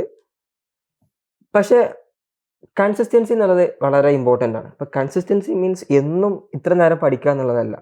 പക്ഷെ നമ്മൾ ഈ ഒരു നെറ്റ് നേടണം അല്ലെങ്കിൽ JRF നേടണം എന്നുള്ളൊരു ആഗ്രഹം ഉണ്ടെങ്കിൽ കൺസിസ്റ്റൻ്റ് ആയിട്ട് പഠിക്കുക എന്ന് ഉദ്ദേശിച്ചതെന്ന് വെച്ച് കഴിഞ്ഞാൽ എല്ലാ ദിവസവും അതിനോടുള്ളൊരു ആഗ്രഹം നമ്മൾ പ്രകടിപ്പിക്കുക എന്നുള്ളതാണ്. അപ്പോൾ നമുക്ക് ചിലപ്പോൾ ഒരു ദിവസം ചിലപ്പോൾ 1 മണിക്കൂറേ പഠിക്കാൻ പറ്റുന്നുണ്ടാവുള്ളൂ, ചിലപ്പോൾ നമുക്ക് ഒരു ദിവസം അരമണിക്കൂറേ സമയം കിട്ടുന്നുണ്ടാവുള്ളൂ, നമ്മളെ വർക്ക് പ്രഷറും കാര്യങ്ങളൊക്കെ ഉണ്ടാവും. അപ്പോൾ ആ പഠിക്കുന്ന സമയം എന്ത് ചെയ്യുക, മാക്സിമം യൂട്ടിലൈസ് ചെയ്തിട്ട് ആ പഠിക്കുന്ന കാര്യങ്ങൾ കൂടുതലായിട്ട് ഫോക്കസ് ചെയ്യാൻ ശ്രമിക്കുക എന്നുള്ളതാണ്. അപ്പോൾ എഫക്റ്റീവായിട്ട് പഠിക്കുക. അതായത് ഇപ്പം 1 മണിക്കൂർ ആയിക്കോട്ടെ, 1.5 മണിക്കൂർ ആയിക്കോട്ടെ. അപ്പോൾ വർക്ക് ടൈം ആണെങ്കിൽ ഏത് വർക്ക് ടൈം ആണെങ്കിലും ഇപ്പം നമ്മൾ ഏത് വർക്ക് ചെയ്യുന്ന ആൾക്കാരായാലും ഓരോ ഡിജിറ്റൽ വെൽബീങ്, അതായത് ഫോണിൻ്റെ യൂസേജ് നോക്കി കഴിഞ്ഞാൽ സ്വാഭാവികമായിട്ട് 4 മണിക്കൂർ 5 മണിക്കൂർ ഉണ്ടാവും. അതൊന്ന് കുറച്ച് കഴിഞ്ഞാൽ തന്നെ ഇത് നമുക്ക് നെറ്റിന് വേണ്ടി പഠിക്കാനുള്ള ഒരു 2 മണിക്കൂറൊക്കെ സുഖമായിട്ട് ഉണ്ടാക്കാൻ പറ്റും. അപ്പോൾ അതുപോലെ തന്നെ ഇപ്പം ഞാൻ കോളേജിൽ അസിസ്റ്റന്റ് പ്രൊഫസറായിട്ട് വർക്ക് ചെയ്യുന്നതിനൊപ്പം തന്നെ ഞാനും കൂടെയുള്ള 2 പേരും കൂടി ചേർന്നിട്ട് ഒരു കൗൺസിലിംഗ് സെൻറ്റർ സ്റ്റാർട്ട് ചെയ്തിട്ടുണ്ട്. അതും ഈ ഒരു ഓഗസ്റ്റ് എക്സാമിൻ്റെ ഒക്കെ കുറച്ച് മുന്നേ ആയിട്ടാണ് ചെയ്തിട്ടുള്ളത്. അപ്പോൾ അതിൻ്റെ കുറച്ച് തിരക്കുകളൊക്കെ ഉണ്ടായിരുന്നു. പക്ഷെ എന്നാലും ഇതിൻ്റെ തിരക്കൊക്കെ ഉണ്ടെങ്കിലും എപ്പോഴും മൈൻഡിൽ വരുന്ന ഒരു കാര്യം എക്സാം വരുന്നുണ്ട്. അപ്പോൾ ആ എക്സാമിനെ അപ്രോച്ച് ചെയ്യണം. അപ്പോൾ അതിന് വേണ്ടിയിട്ട് എനിക്ക് പല ദിവസങ്ങളിലും കുറേ ടൈമൊന്നും ഇരുന്ന് പഠിക്കാനൊന്നും പറ്റിയിട്ടില്ല. പക്ഷെ ഞാൻ പഠിക്കുന്ന സമയത്ത് മാക്സിമം അതിന് മാത്രം ഫോക്കസ് ചെയ്തിട്ട് പഠിക്കാൻ വേണ്ടിയിട്ടാണ് ശ്രമിച്ചത്. ജോലിയോടൊപ്പം തന്നെ ലീവ് എടുക്കുക അങ്ങനെ എന്തെങ്കിലുമൊക്കെ ചെയ്തിട്ടുണ്ട്? ഇല്ല, ലീവ് ഒന്നും എടുത്തിട്ടില്ല. ഞാൻ നേരത്തെ പറഞ്ഞു ജൂൺ എക്സാമിന് വേണ്ടിയിട്ട് ഒരു 2 മാസത്തെ വെക്കേഷൻ ഉണ്ടായിരുന്നു. ആ വെക്കേഷനിൽ ഞാൻ നല്ലപോലെ പ്രിപ്പയർ ചെയ്തു. പക്ഷെ ജൂൺ 18 നടന്ന എക്സാം എനിക്ക് അത്ര പെർഫോം ചെയ്യാൻ പറ്റിയിട്ടില്ല. അപ്പോൾ എനിക്ക് പറയാനുള്ള മറ്റൊരു കാര്യം ഇതാണ്, നമ്മൾ എത്ര പ്രിപ്പയർ ആയി കഴിഞ്ഞ് കഴിഞ്ഞാലും ആ പ്രിപ്പയർ ആയ കാര്യം എക്സാം ഹാളിൽ എഫക്റ്റീവായിട്ട് കൊടുക്കുക എന്നുള്ളത് വളരെ ഇമ്പോർട്ടൻ്റ് ആണ്. അപ്പോൾ അത് നമ്മളെ അന്നത്തെ ആ ഒരു എക്സാം മൊമെന്റിൽ നമ്മൾ കൊടുക്കുന്ന ആൻസൈറ്റി കാര്യങ്ങളൊക്കെ അതിനെ നല്ലോണം എഫക്റ്റ് ചെയ്യും. അതും കൂടി ഡിപ്പെൻഡ് ചെയ്തിട്ടാണ് നമുക്ക് ആ റിസൾട്ട് നമ്മളൊരു ആഗ്രഹിക്കുന്ന റിസൾട്ടിലേക്ക് നമുക്ക് വർക്കൗട്ട് ചെയ്യാൻ പറ്റുന്നത്. ഓക്കെ, ഇനി കുറച്ച് നമ്മൾ സൈക്കോളജിയിലേക്ക് പോകാം. ഇപ്പോൾ നമ്മൾ ജനറൽ പ്രിപ്പറേഷനെ കുറിച്ചൊക്കെ കുറേ പറഞ്ഞു. അത് നമ്മളെ ഫ്രണ്ട്സും ഫ്രണ്ട്സ് ഒക്കെ ചോദിക്കുന്നത് പ്രിപ്പറേഷനെ കുറിച്ചൊക്കെ കിട്ടി. നമുക്ക് ഒന്നുകൂടി സബ്ജക്ട് സ്പെസിഫിക്, സൈക്കോളജി എന്ന് മാത്രമല്ല കൊമേഴ്സ് സബ്ജക്ട് സ്പെസിഫിക് കൂടുതൽ ചോദ്യങ്ങൾ ചോദിക്കാൻ പറ്റുമോ എന്നുള്ളതൊക്കെ ചോദിക്കാറുണ്ട്. ഓക്കെ, ഇൻ്റർവ്യൂ ആയിട്ട് ബന്ധപ്പെട്ടുള്ള കമൻറ്റ്. അപ്പം ഓവറാൾ ഞാൻ സ്പെസിഫിക് ക്വസ്റ്റ്യനിലേക്ക് പോകുന്നതിന് മുമ്പ് കുറച്ച് ക്വസ്റ്റ്യൻ ചോദിക്കണമെന്ന് കരുതുന്നുണ്ട്. സൈക്കോളജിയുടെ പ്രിപ്പറേഷൻ എന്തായിരുന്നു? ഒരു സബ്ജക്ട് സ്പെസിഫിക് ആയിട്ട് ഒരു ജനറൽ ഗൈഡൻസ് എന്ന് പറയാം. സൈക്കോളജിൻ്റെ കേസിൽ പറയുകയാണെന്നുണ്ടെങ്കിൽ എനിക്ക് അത്ര ഇഷ്യൂ ഉള്ള ഒരു ഏരിയ ആയിരുന്നില്ല സൈക്കോളജി എന്നുള്ളത്. കാരണം ഞാൻ അത്യാവശ്യം PG UG തന്നെ അത്യാവശ്യം ബേസ് ഉണ്ടാക്കിയിട്ടുണ്ട്. അപ്പോൾ പക്ഷെ എന്നിരുന്നാൽ പോലും നെറ്റിലേക്ക് എത്തുക എന്നുള്ളതിൽ ഒരു പറ്റൂലായിരുന്നു ആ ഒരു ബേസിന്. അപ്പോൾ കുറച്ചും കൂടി ഡെപ്തിലേക്ക് പോവുക.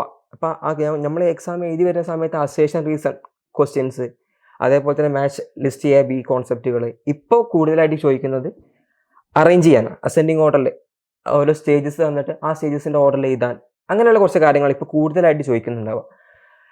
അപ്പോൾ ഞാനിതിന് ഇപ്രാവശ്യം ചെയ്ത കാര്യം എന്ന് വെച്ച് കഴിഞ്ഞാൽ 10 മൊഡ്യൂൾസുകളാണ് സൈക്കോളജിയിലുള്ളത്. 10 മൊഡ്യൂൾസിൽ റിസർച്ച് മെത്തഡോളജി, അതേപോലെ തന്നെ സൈക്കോളജിക്കൽ ടെസ്റ്റിംഗ് ആൻഡ് മെഷർമെൻറ്റ്, ഈ 2 കാര്യങ്ങൾ ഇമ്പോർട്ടൻ്റ് ആണ്. അത് രണ്ടും ഫർഹാൻ സാറെ ക്ലാസ് ഉണ്ടായിരുന്നു. ഫർഹാൻ സാർ എന്നല്ലേ? ഫർഹാൻ സാറെ ക്ലാസ് വളരെ എഫക്റ്റീവ് ആയിട്ടുള്ള ക്ലാസ്സാണ്. ആ സാറെ ക്ലാസ്സും സാറെ കുറച്ച് കേസ് ഡിസ്കഷനും കഴിഞ്ഞാൽ തന്നെ നമുക്കത് നല്ലപോലെ മനസ്സിലാക്കാൻ പറ്റും. ഈ 2 മൊഡ്യൂൾസുകൾ.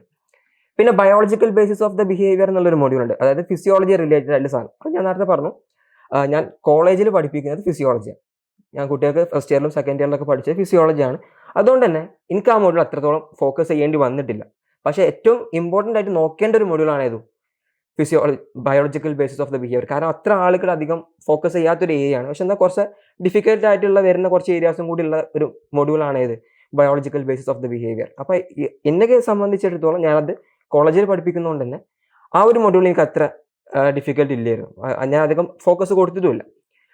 പിന്നെ വരുന്ന ഒരു ഏരിയ ഉണ്ട്, ഇപ്പം തിങ്കിങ് ഇൻ്റലിജൻസ് ആൻഡ് ക്രിയേറ്റിവിറ്റി ഒരു മൊഡ്യൂളാണ്. Thinking intelligence and creativity module. അപ്പോൾ ഈ ഒരു കേസിലൊക്കെ വെച്ച് കഴിഞ്ഞാൽ നമ്മൾ എല്ലാ പ്രാവശ്യം പഠിക്കുമ്പോഴും നമ്മൾ ഫസ്റ്റിങ് നിങ്ങൾ തുടങ്ങി വരും. ഓക്കെ, ഫസ്റ്റിങ് നിങ്ങൾ തുടങ്ങി വന്നിട്ട് തിങ്കിങ്ങും പഠിക്കും, ഇൻ്റലിജൻസിൻ്റെ നമുക്ക് അറിയാവുന്ന കുറച്ച് തിയറീസുകൾ നോക്കും. ബാക്കി എത്തുമ്പോഴത്തേക്ക് ഒരു മടുപ്പ് വരും. അപ്പോൾ ആ മടുപ്പ് വരുന്ന സമയത്ത് പിന്നെ നമ്മൾ അടുത്ത മൊഡ്യൂൾക്ക് ചാട ചെയ്യുക. സമയം ഉണ്ടാവില്ല, ഇനി എന്തെപ്പോഴാണ് തീരുക എന്നുള്ളതൊക്കെ ആലോചിച്ചിട്ട് ഞാൻ വേഗം അടുത്ത മൊഡ്യൂളിലേക്ക് പോകും. ബാക്കിയുള്ളത് അവിടെ അതേപോലെ വെക്കും. അപ്പോൾ എല്ലാ പ്രാവശ്യം കവർ ചെയ്ത് പോവുക ഈ സെയിം സാധനം തന്നെ ആയിരിക്കും. അപ്പോൾ ഞാൻ ഈ പ്രാവശ്യം എടുത്ത ഒരു തീരുമാനം എന്ന് വെച്ച് കഴിഞ്ഞാൽ ക്രിയേറ്റിവിറ്റി ആദ്യം നോക്കാം. അതായത് കഴിഞ്ഞ പ്രാവശ്യം നോക്കാത്ത സാധനങ്ങൾ ഇപ്രാവശ്യം നോക്കാന്നുള്ളായിരുന്നു. അപ്പോൾ ക്രിയേറ്റിവിറ്റി ഞാൻ നോക്കി. ക്രിയേറ്റിവിറ്റി കാര്യങ്ങൾ ഞാൻ നല്ലപോലെ ഫോക്കസ് ചെയ്തു. പിന്നെ ഇൻ്റലിജൻസിൽ നമുക്ക് അത്ര അറിയാത്ത തിയറീസുകൾ ഫോക്കസ് ചെയ്തു. അങ്ങനെയാണ് ചെയ്തത്. ഇതേപോലെ തന്നെയാണ് പേഴ്സണാലിറ്റീൻ്റെ കേസിലും ഇപ്പോൾ സൈക്കോളജി പഠിക്കുന്ന കുട്ടികൾക്കാരെ ഇഷ്ടം പോലെ തിയറീസ് പഠിക്കാറുണ്ട് പേഴ്സണാലിറ്റിയിൽ. അപ്പോൾ പേഴ്സണാലിറ്റിയിൽ ആദ്യം കാൾ യുങ്, ഫ്രോയിഡ് അങ്ങനെ പറഞ്ഞിട്ട് കുറച്ച് ആൾക്കാർ തിയറീസ് സ്വാഭാവികമായിട്ട് എന്നും പഠിച്ചു വരുന്ന തിയറീസാണ്. അതല്ലാതെ വേറെ കുറേ തിയറീസുകൾ, ഒബ്ജക്റ്റ് റിലേഷൻ തിയറീസ് എന്നൊക്കെ പറഞ്ഞിട്ട് വേറെ ഒരുപാട് തിയറീസുകളുണ്ട്. അത് നമ്മൾ അത്ര ഫോക്കസ് ചെയ്യലില്ല. ലാസ്റ്റിക്ക് വരുന്നതുകൊണ്ട് തന്നെ ഇപ്പോൾ നമ്മൾ ഐഫോനെ നോട്ടിൽ വരുമ്പോഴും ഏറ്റവും ലാസ്റ്റിക്കുള്ള കോൺസെപ്റ്റാണ്. അപ്പോൾ ഈ ലാസ്റ്റിക്ക് വരുമ്പോൾ സ്വാഭാവികമായിട്ട് ഫസ്റ്റിൽ നിങ്ങൾ വരുന്ന ഒരു മടുപ്പും കാര്യങ്ങളൊക്കെ വരുമ്പോൾ ലാസ്റ്റിക്ക് ഞാൻ എത്തില്ല. അപ്പം ഞാൻ ആ ലാസ്റ്റത്തെ കാര്യങ്ങളൊക്കെ ഒന്ന് ഫോക്കസ് ചെയ്ത് വന്നു എന്നുള്ളതാണ് എനിക്ക് തോന്നുന്നു കുറച്ചും കൂടി ഹെൽപ്പ് ചെയ്തത്. പിന്നെ emergence of psychology, emerging areas എന്നുള്ളത് അത് PYQ ബേസിലാണ് ഞാൻ പഠിച്ചത് ആ 2 മൊഡ്യൂൾ. കാരണം അത് എങ്ങനെ ചോദിക്കുക, Sufism, Buddhism, western aspect, eastern aspect എന്ന് പറഞ്ഞിട്ട് കുറച്ച് ഏരിയാസ് ആണ്. അതിനെന്നെ ഹെൽപ്പ് ചെയ്തൊരു ഫ്രണ്ടും കൂടി, ആസ്ന എന്ന് പറഞ്ഞിട്ടുള്ളൊരു ഫ്രണ്ട് ആ ഒരു മൊഡ്യൂൾ പഠിക്കാൻ വേണ്ടിയിട്ട് നല്ലോണം ഹെൽപ്പ് ചെയ്തിട്ടുണ്ട്. ഇല്ലേ, അപ്പം കഴിഞ്ഞ മൾട്ടിപ്പിൾ ആയിട്ട് എക്സാം എഴുതിയ ആളുകളാണ്. അപ്പം ഇപ്പോൾ റീസെൻ്റ്ലി എക്സാം എഴുതുന്ന ആളുകളൊക്കെ പറയുന്നുണ്ട് ഓരോ എക്സാമിനും ഈ സൈക്കോളജിയുടെ ഒക്കെ പാറ്റേണിൽ, ക്വസ്റ്റ്യൻ ചോദിക്കുന്ന രീതി പാറ്റേണിലൊക്കെ വലിയ മാറ്റം വന്നുകൊണ്ടിരിക്കുന്നുണ്ട്. നമുക്കത്ര പ്രെഡിക്റ്റ് ചെയ്യാൻ പറ്റുന്നില്ല എന്നുള്ള ഒരു ജനറൽ നോഷൻ ഉണ്ട്. അത് എത്രത്തോളമാണ് നസ്രുദ്ദീൻ അത് തോന്നിയിട്ടുള്ളത്? അപ്പോൾ എന്നെ സംബന്ധിച്ചിടത്തോളം അപ്പോൾ മുന്നേ എഴുതിയ എക്സാമ്പിളൊക്കെ അസേഷൻ റീസൺ കോൺസെപ്റ്റ് അത് എനിക്ക് കുറച്ച് ഡിഫിക്കൽട്ട് ഏരിയ ആയിരുന്നു, അസേഷൻ റീസൺ എന്നുള്ളത്. ഇപ്പോൾ ആ അസേഷൻ റീസൺ കോൺസെപ്റ്റ് അധികം ചോദിക്കാറില്ല. ഇപ്പം ഞാൻ നേരത്തെ പറഞ്ഞു റീസെൻ്റ് എക്സാമിൽ ഇപ്പോൾ വന്നതൊക്കെ കുറച്ചും കൂടി മാച്ച് ദ ഫോളോയിങ് ഉണ്ട്, ലിസ്റ്റ് A ലിസ്റ്റ് B തന്നിട്ട് അത് മാച്ച് ചെയ്യാനുള്ള കുറച്ച് കോൺസെപ്റ്റുകളും, പിന്നെ അസെൻഡിങ് ഓർഡറിൽ ചെയ്യാൻ ഇപ്പോൾ കുറച്ച് ആൾക്കാരുടെ പേര് തന്നിട്ട് സ്റ്റേജസ് ഒക്കെ തന്നിട്ട് ആ സ്റ്റേജസുകൾ അസെൻഡിങ് ഓർഡറിൽ ചെയ്യാന്നൊക്കെ ഉള്ളതാണ്. അപ്പോൾ എനിക്ക് തോന്നുന്നു ഇപ്പോൾ കുറച്ചും കൂടി നമുക്ക് അപ്രോച്ച് ചെയ്യാവുന്ന രീതിയിലാണെന്നും തോന്നുന്നു. ഓക്കെ, എക്സാം ഒരു ടഫ്നെസ് കൂടിയതായിട്ട് ഫീൽ ചെയ്യുന്നുണ്ട്. അതായത് ഞാൻ ചോദിക്കുന്നത് എന്താ വെച്ചാൽ, ഞാൻ JRF സൈക്കോളജി കിട്ടുന്ന 2018 ഡിസംബറാണ്, ഏകദേശം 5 കൊല്ലം മുമ്പാണ്. എൻ്റെ ഓർമ്മ ശരിയാണെങ്കിൽ ഏകദേശം ഒരു 170 സംതിങ് മാർക്കായിരുന്നു അന്ന് എനിക്ക് ഉണ്ടായിരുന്നത്. ഇപ്പം നിങ്ങൾക്ക് എത്ര 216 മാർക്കാണ്. അപ്പോൾ എക്സാമിൻ്റെ ഒരു ടഫ്നെസ് ഇങ്ങനെ ഓരോ വർഷം കൂടുന്ന പോലെ ഫീൽ ചെയ്തിട്ടുണ്ട്. അതോ എക്സാം ഈസി ആയതുകൊണ്ടാണോ കട്ട് ഓഫ് കൂടിയിട്ട്? ഐ മീൻ മിയർലി ഒരു നസ്രുദ്ദീൻ്റെ ഇൻ്റർപ്രിട്ടേഷൻ. അതിൻ്റെ ഒരു ഇൻ്റർപ്രിട്ടേഷൻ പറയുകയാണെന്നുണ്ടെങ്കിൽ ഇപ്പോൾ നമ്മളെ ഫ്ലിൻ എഫക്റ്റ് എന്നുള്ള ഒരു കോൺസെപ്റ്റ് ഉണ്ട്. ഫ്ലിൻ എഫക്റ്റ്, IQ ഓരോ ജനറേഷൻ ഇൻക്രീസ് ചെയ്യും. അപ്പോൾ അതേപോലെ തന്നെ കുട്ടികൾ കുറച്ചുകൂടി കോമ്പറ്റീറ്റീവ് ആണ്. ഇപ്പോൾ പഴയ പോലെ അല്ല, എല്ലാവരും നല്ലപോലെ പഠിക്കാൻ തുടങ്ങി. അപ്പൊ അതിന്റെ സ്വാഭാവികമായിട്ട് കട്ട് ഓഫ് കൂടുമല്ലോ. ഇങ്ങനെ പറയാം, അന്ന് ഐഫറിൽ 50 കുട്ടികളൊക്കെ ഉണ്ടായിരുന്നുള്ളൂ, ഇപ്പം തന്നെ ഐഫറിൽ 1000-ലധികം കുട്ടികളുണ്ട്. അതൊക്കെ ഒരു ഫാക്ടർ ആയിട്ട് നമുക്ക് പറയാം. അപ്പൊ എക്സാമിന്റെ അത്ര ടഫ്നെസ് ഒന്നും ഇല്ല, സ്വാഭാവികമായിട്ടും അത്ര ഒരു ടഫ്നെസ് ഒന്നും ഫീൽ ചെയ്തില്ല ഈ പ്രാവശ്യത്തെ എക്സാം.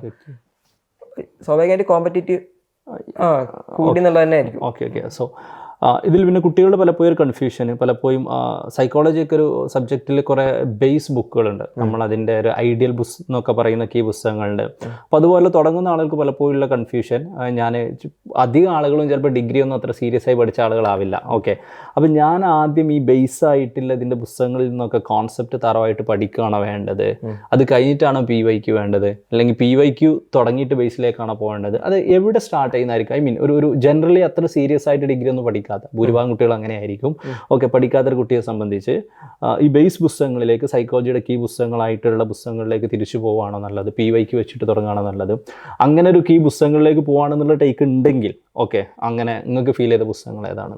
Because everything different. ഇപ്പോൾ ഏതൊരു എക്സാം ആണെങ്കിലും ബേസ് ഉണ്ടാക്കുക എന്നുള്ളത് ഇമ്പോർട്ടൻ്റ് ആണ്. അപ്പോൾ ഈ ഡിഗ്രി അത്ര ബേസ് ഇല്ല എന്നുണ്ടെങ്കിൽ ആ ബേസ് ഉണ്ടാക്കാനുള്ള ആസ്പെക്റ്റുകളെല്ലാം ഐഫറിലുണ്ട്. ഐഫറിൽ ജോയിൻ ചെയ്യുന്ന ഒരാളാണെന്നുണ്ടെങ്കിൽ സ്വാഭാവികമായിട്ടും അതിൻ്റെ മൊഡ്യൂളിൻ്റെ ബേസിലൊക്കെ നോക്കുകയാണെന്നുണ്ടെങ്കിൽ ഉണ്ടാവും. പിന്നെ ഇറ്റ്സ് ഡിപ്പെൻസ് അപ്പോൾ ഒരാൾക്ക് ബേസ് ഉണ്ടാക്കണം, ബുക്ക് വായിക്കണം എന്നൊക്കെ ഉണ്ടെങ്കിൽ വായിക്കാം. ഞാനങ്ങനെ ബുക്ക് വായിച്ചിട്ടില്ല. Okay okay. ഇതിനു വേണ്ടിയിട്ട് വായിച്ചിട്ടില്ല എന്നാണ്, അതാണോ? അങ്ങനെ അല്ല, ഇതിനു വേണ്ടി വായിച്ചിട്ടില്ല. ഞാൻ പിന്നെ UG PG ഒക്കെ പഠിക്കുന്ന സമയത്തൊക്കെ വായിച്ചിട്ടുണ്ട്. പിന്നെ ഇപ്പൊ സമയമില്ലല്ലോ, കാരണം അത്രയും മെറ്റീരിയൽസും കാര്യങ്ങളൊക്കെ ഐഫറിൽ തന്നെ പ്രൊവൈഡ് ചെയ്യുന്നതുകൊണ്ട് തന്നെ അപ്പൊ നമുക്കൊരു ഗൈഡൻസ് ആണ് ആവശ്യം. കാരണം നമുക്ക് ഈ വർക്കും ഈ കാര്യങ്ങളൊക്കെ കഴിഞ്ഞ് വരുന്ന സമയത്ത് പിന്നെ ബുക്ക് വായിച്ച് റെഫർ ചെയ്ത് ഉണ്ടാക്കുന്നതിനപ്പുറത്തേക്ക് കുറച്ചും കൂടി എന്ത് ചെയ്യാം, സ്പെസിഫിക് ആയിട്ട് പഠിച്ചു പോവാം. അപ്പൊ അതിന് റിലേറ്റഡ് ആയിട്ടുള്ള മെറ്റീരിയൽസും കാര്യങ്ങളെല്ലാം കിട്ടുന്നതുകൊണ്ട് തന്നെ അത് ഭയങ്കര ഹെൽപ്ഫുൾ ആയിരുന്നു. Okay okay. അപ്പോൾ ഇതിൽ നേരത്തെ പറഞ്ഞ പോലെ ഇപ്പോഴും ഏറ്റവും ഇമ്പോർട്ടൻ്റ് ആയിട്ടുള്ള ടോപ്പിക്കുകളിലൊന്നാണ് ഞാൻ മനസ്സിലാക്കുന്നത് strategy and research methodology, applied strategy ലെവലിലൊക്കെ. അതിപ്പോഴും പല കുട്ടികൾക്കും കുറച്ചൊരു ബുദ്ധിമുട്ടേറിയ ഏരിയയാണ്. അത് അവർക്ക് എസ്പെഷ്യലി അതെവിടെ പ്രശ്നം വരുന്നത് വെച്ചാൽ ചിലപ്പോൾ നസ്രുദ്ദീൻ ഇത് കുറച്ച് എളുപ്പമല്ല, കാരണം കുറച്ചൊക്കെ ഒരു മാത്സ് ബേസും കുറച്ച് റീസണിങ് ഇഷ്ടമുള്ളത് കൊണ്ട് കൂടിയിട്ടായിരിക്കാം. ഇതിലൊരുപാട് മാത്സ് ഇല്ല എന്നാണ് ഞാൻ മനസ്സിലാക്കുന്നത്. ഓക്കെ, ബട്ട് സ്റ്റിൽ പലർക്കും ഇത് എവിടെ തുടങ്ങണം, എന്താണ് ചെയ്യേണ്ടത്, എസ്പെഷ്യലി അവർ ഡിഗ്രിക്കൊക്കെ സ്റ്റാർട്ട് ചെയ്യാൻ അത്ര ഇൻട്രസ്റ്റോട് കൂടി പഠിച്ചിട്ടുണ്ടാവില്ല. അപ്പോൾ ആ ഒരു സംഭവം എങ്ങനെ അത് ക്രാക്ക് ചെയ്യാനുള്ള ഒരു നാക്കായിട്ട് എന്താണ് ഫീൽ ചെയ്തിട്ടുള്ളത്? റിസർച്ച് മെത്തഡോളജി, സ്ട്രാറ്റജി പോലെയുള്ള. ഓക്കെ, റിസർച്ച് സ്ട്രാറ്റജി പറയുകയാണെന്നുണ്ടെങ്കിൽ ബേസിക് ആയിട്ടുള്ള കാര്യങ്ങൾ പഠിച്ച് തുടങ്ങണം. അത് തീരെ ഐഡിയ ഇല്ലാത്തവരാണെന്നുണ്ടെങ്കിൽ അതിൻ്റെ ഒരു ബേസ് ലെവലിൽ തന്നെ സ്റ്റാർട്ട് ചെയ്ത് വന്നാലേ നടക്കുള്ളൂ. അപ്പം ഇപ്പം എനിക്ക് സ്ട്രാറ്റജി അല്ലെങ്കിൽ റിസർച്ച് എളുപ്പമാവാൻ കാരണം എൻ്റെ HOD ആണ്. കാരണം എൻ്റെ HOD ആയിരുന്നു എനിക്ക് സ്ട്രാറ്റജി എടുത്തിട്ടുണ്ടായിരുന്നു, റിസർച്ച് മെത്തഡോളജി എടുത്തിട്ടുണ്ടായിരുന്നു. അപ്പം സാറെ ക്ലാസ്സൊക്കെ എനിക്ക് ഭയങ്കര ഇഷ്ടമായിരുന്നു. അങ്ങനെ സ്വാഭാവികമായിട്ടൊരു ഇൻട്രസ്റ്റ് വന്നിട്ട് അന്ന് പഠിച്ചു തുടങ്ങിയ കാര്യങ്ങളാണ്. അപ്പോൾ ഇതിൽ തീരെ ഐഡിയ ഇല്ലാത്ത, അല്ലെങ്കിൽ സ്ട്രാറ്റജിയിലോ അല്ലെങ്കിൽ ഈ ഒരു കാര്യങ്ങളൊന്നും ഐഡിയ ഇല്ലാത്തവർ ചെയ്യേണ്ട കാര്യം എന്ന് വെച്ച് കഴിഞ്ഞാൽ ബേസിക്കായിട്ട് സ്ട്രാറ്റജിൻ്റെ കുറച്ച് കാര്യങ്ങൾ അത് പറ്റും ബുക്ക് വായിക്കുകയാണെങ്കിൽ അങ്ങനെ ബുക്ക് വായിച്ചിട്ടോ അല്ലെങ്കിൽ എന്തെങ്കിലും മെറ്റീരിയൽസ് ഒപ്പിക്കാൻ പറ്റിയിട്ടോ ജനറൽ ആയിട്ടുള്ള രീതിയിൽ അതിനൊരു ബേസ് ഉണ്ടാക്കി എടുത്തിട്ട് പഠിച്ചു തുടങ്ങിയാൽ നന്നാവും. അങ്ങനെയാണ് ആ ഒരു സബ്ജക്റ്റുകൾ നാക്ക് ചെയ്യാൻ പറ്റുക എന്നുള്ള ഒരു സംഭവത്തിൽ. പിന്നെ പലപ്പോഴും ലേറ്റസ്റ്റ് ക്വസ്റ്റ്യനിൽ ഇപ്പം നമ്മൾ പല സബ്ജക്റ്റുകളിലും ഈ ക്രോണോളജിക്കൽ ഓർഡറിങ് കാര്യങ്ങളൊക്കെ ചോദിക്കുന്നത് കൊണ്ട് കുട്ടികൾക്ക് ഇപ്പോൾ പലപ്പോഴും ഒരു കൺഫ്യൂഷൻ ഉണ്ട്. അതായത് ഒരു കോൺസെപ്ച്വലാണോ ഫോക്കസ് ചെയ്യേണ്ടത്, ഫാക്ച്വലാണോ ഫോക്കസ് ചെയ്യേണ്ടത് എന്നുള്ളത്. ഡെഫിനറ്റ്ലി അതൊരു എക്സാമിനനുസരിച്ച് മാറിക്കൊണ്ടിരിക്കുന്ന ഒരു ഫൈനലായിട്ട് പറയാൻ പറ്റില്ല. പക്ഷേ നിങ്ങളൊരു ടേക്ക് അതിലെന്താണ്? ഇപ്പോൾ ഈ MCQ ഉണ്ടോ നമ്മളെ നെറ്റ് എക്സാം, അപ്പോൾ MCQ ആകുമ്പോൾ നമുക്ക് റെക്കഗ്നീഷൻ മതിയായിരുന്നു. റെക്കഗ്നൈസ് ചെയ്താൽ തന്നെ റീകോളിൻ്റെ ആവശ്യമില്ലായിരുന്നു. പക്ഷെ ഇപ്പോഴത്തെ ഈ ക്രോണോളജിക്കൽ ഓർഡർ ഒരു ആസ്പെക്റ്റിലേക്ക് എത്തുമ്പോൾ റീകോളും കൂടി വളരെ ആവശ്യമുള്ളതായിട്ട്. കാരണം ആ ഒരു 5 സ്റ്റേജസോ എത്ര സ്റ്റേജസ് ആണോ ഉള്ളത്, ആ സ്റ്റേജസ് മൊത്തം നമ്മൾ ആ ഓർഡറിൽ പഠിക്കുകയും ആ ഓർഡറിൽ ഓർത്തെടുക്കാൻ ശ്രമിക്കുകയും ചെയ്യേണ്ടി വരേണ്ട അവസ്ഥയാണ്. ഇപ്പോൾ 4 ക്വസ്റ്റ്യൻ തന്നിട്ട് ഒരു ക്വസ്റ്റ്യൻ തന്നിട്ട് അതിൽ 4 ഓപ്ഷൻ വരികയാണെന്നുണ്ടെങ്കിൽ സ്വാഭാവികമായിട്ട് നമുക്കൊരു റെക്കഗ്നീഷൻ ബേസിൽ കിട്ടുമായിരുന്നു. ഇപ്പോൾ ഈ ട്രാൻസ് തിയററ്റിക്കൽ മോഡൽ എന്നൊക്കെ പറഞ്ഞിട്ട് നമ്മൾ ഹെൽത്ത് സൈക്കോളജിയിലൊക്കെ പഠിക്കാനുള്ള കാര്യങ്ങൾ, അപ്പോൾ അതിൽ കുറേ സ്റ്റേജസുകളും കാര്യങ്ങളൊക്കെ ഉണ്ട്. അപ്പോൾ അങ്ങനെ അതേപോലെ steps of the action research അങ്ങനെയുള്ള കുറച്ച് കാര്യങ്ങളൊക്കെ ഉണ്ട്. അപ്പോൾ അങ്ങനെ പഠിക്കേണ്ട കാര്യങ്ങൾ നല്ലപോലെ ഫോക്കസ് ചെയ്തിട്ട് തന്നെ പഠിക്കുക. അതായത് അത് ജസ്റ്റ് റെക്കഗ്നീഷന് അപ്പുറത്തേക്ക് റീകോൾ ചെയ്യാനും കൂടി പറ്റും എന്ന് ഉറപ്പുവരുത്തുന്ന രീതിയിലേക്ക് പഠിച്ചു തരും. അതായത് നമ്മളൊക്കെ ഇനീഷ്യൽ ഒബ്ജക്റ്റീവ് എക്സാമുകളുടെ കാലത്ത് റെക്കഗ്നീഷൻ എന്നുള്ള ലെവലിലേക്ക് കൂടുതൽ ഫോക്കസ് പറഞ്ഞിരുന്നെങ്കിൽ പോലും സ്റ്റിൽ അതൊരു ഇമ്പോർട്ടൻ്റ് ആണ്. റീകാളിനും ചെറിയൊരു സിഗ്നിഫിക്കൻസ് പ്രിപ്പറേഷൻ ആസ്പെക്റ്റിലേക്ക് കൊടുക്കുക എന്നുള്ളത് ഒരു എക്സാമിനെ സംബന്ധിച്ച് നല്ലൊരു ഹെൽത്തി പ്രാക്ടീസ് അല്ലെങ്കിലും പക്ഷെ അത് ക്വാളിഫൈ ചെയ്യാൻ നമുക്കത് ഇമ്പോർട്ടൻ്റ് ആണെന്ന് തോന്നുന്നു ഏറ്റവും റീസെൻ്റ് ആയിട്ടുള്ള ഒരു എക്സാം ഉള്ള ഒരു ആസ്പെക്റ്റിലേക്ക്. Okay, so for the time being psychology നമുക്ക് വൈൻഡപ്പ് ചെയ്യാം 1-2 ക്വസ്റ്റിനോട് കൂടിയിട്ട്. Okay, final questions. ഇപ്പം ഒരു മുമ്പ് പറഞ്ഞതാണ് പക്ഷെ ഒന്നുകൂടി സമ്മറൈസ് ചെയ്യാൻ വേണ്ടിയിട്ടാണ്. കഴിഞ്ഞ മൾട്ടിപ്പിൾ അറ്റംപ്റ്റിൽ ക്വാളിഫൈ ചെയ്യാൻ പറ്റിയില്ല, ഈ അറ്റംപ്റ്റിൽ ക്വാളിഫൈ ചെയ്തു. വെരി സിമ്പിളായിട്ട് എന്ത് മാറ്റാണ് ഈ അറ്റംപ്റ്റിൽ വരുത്തിയിട്ടുള്ളത്? ഓക്കെ, ഇപ്പോൾ പറഞ്ഞ പോലെ തന്നെ പേപ്പർ 1 ഫോക്കസ് ചെയ്ത് പഠിച്ചു ഈ ജോണിന് വേണ്ടിയിട്ട്.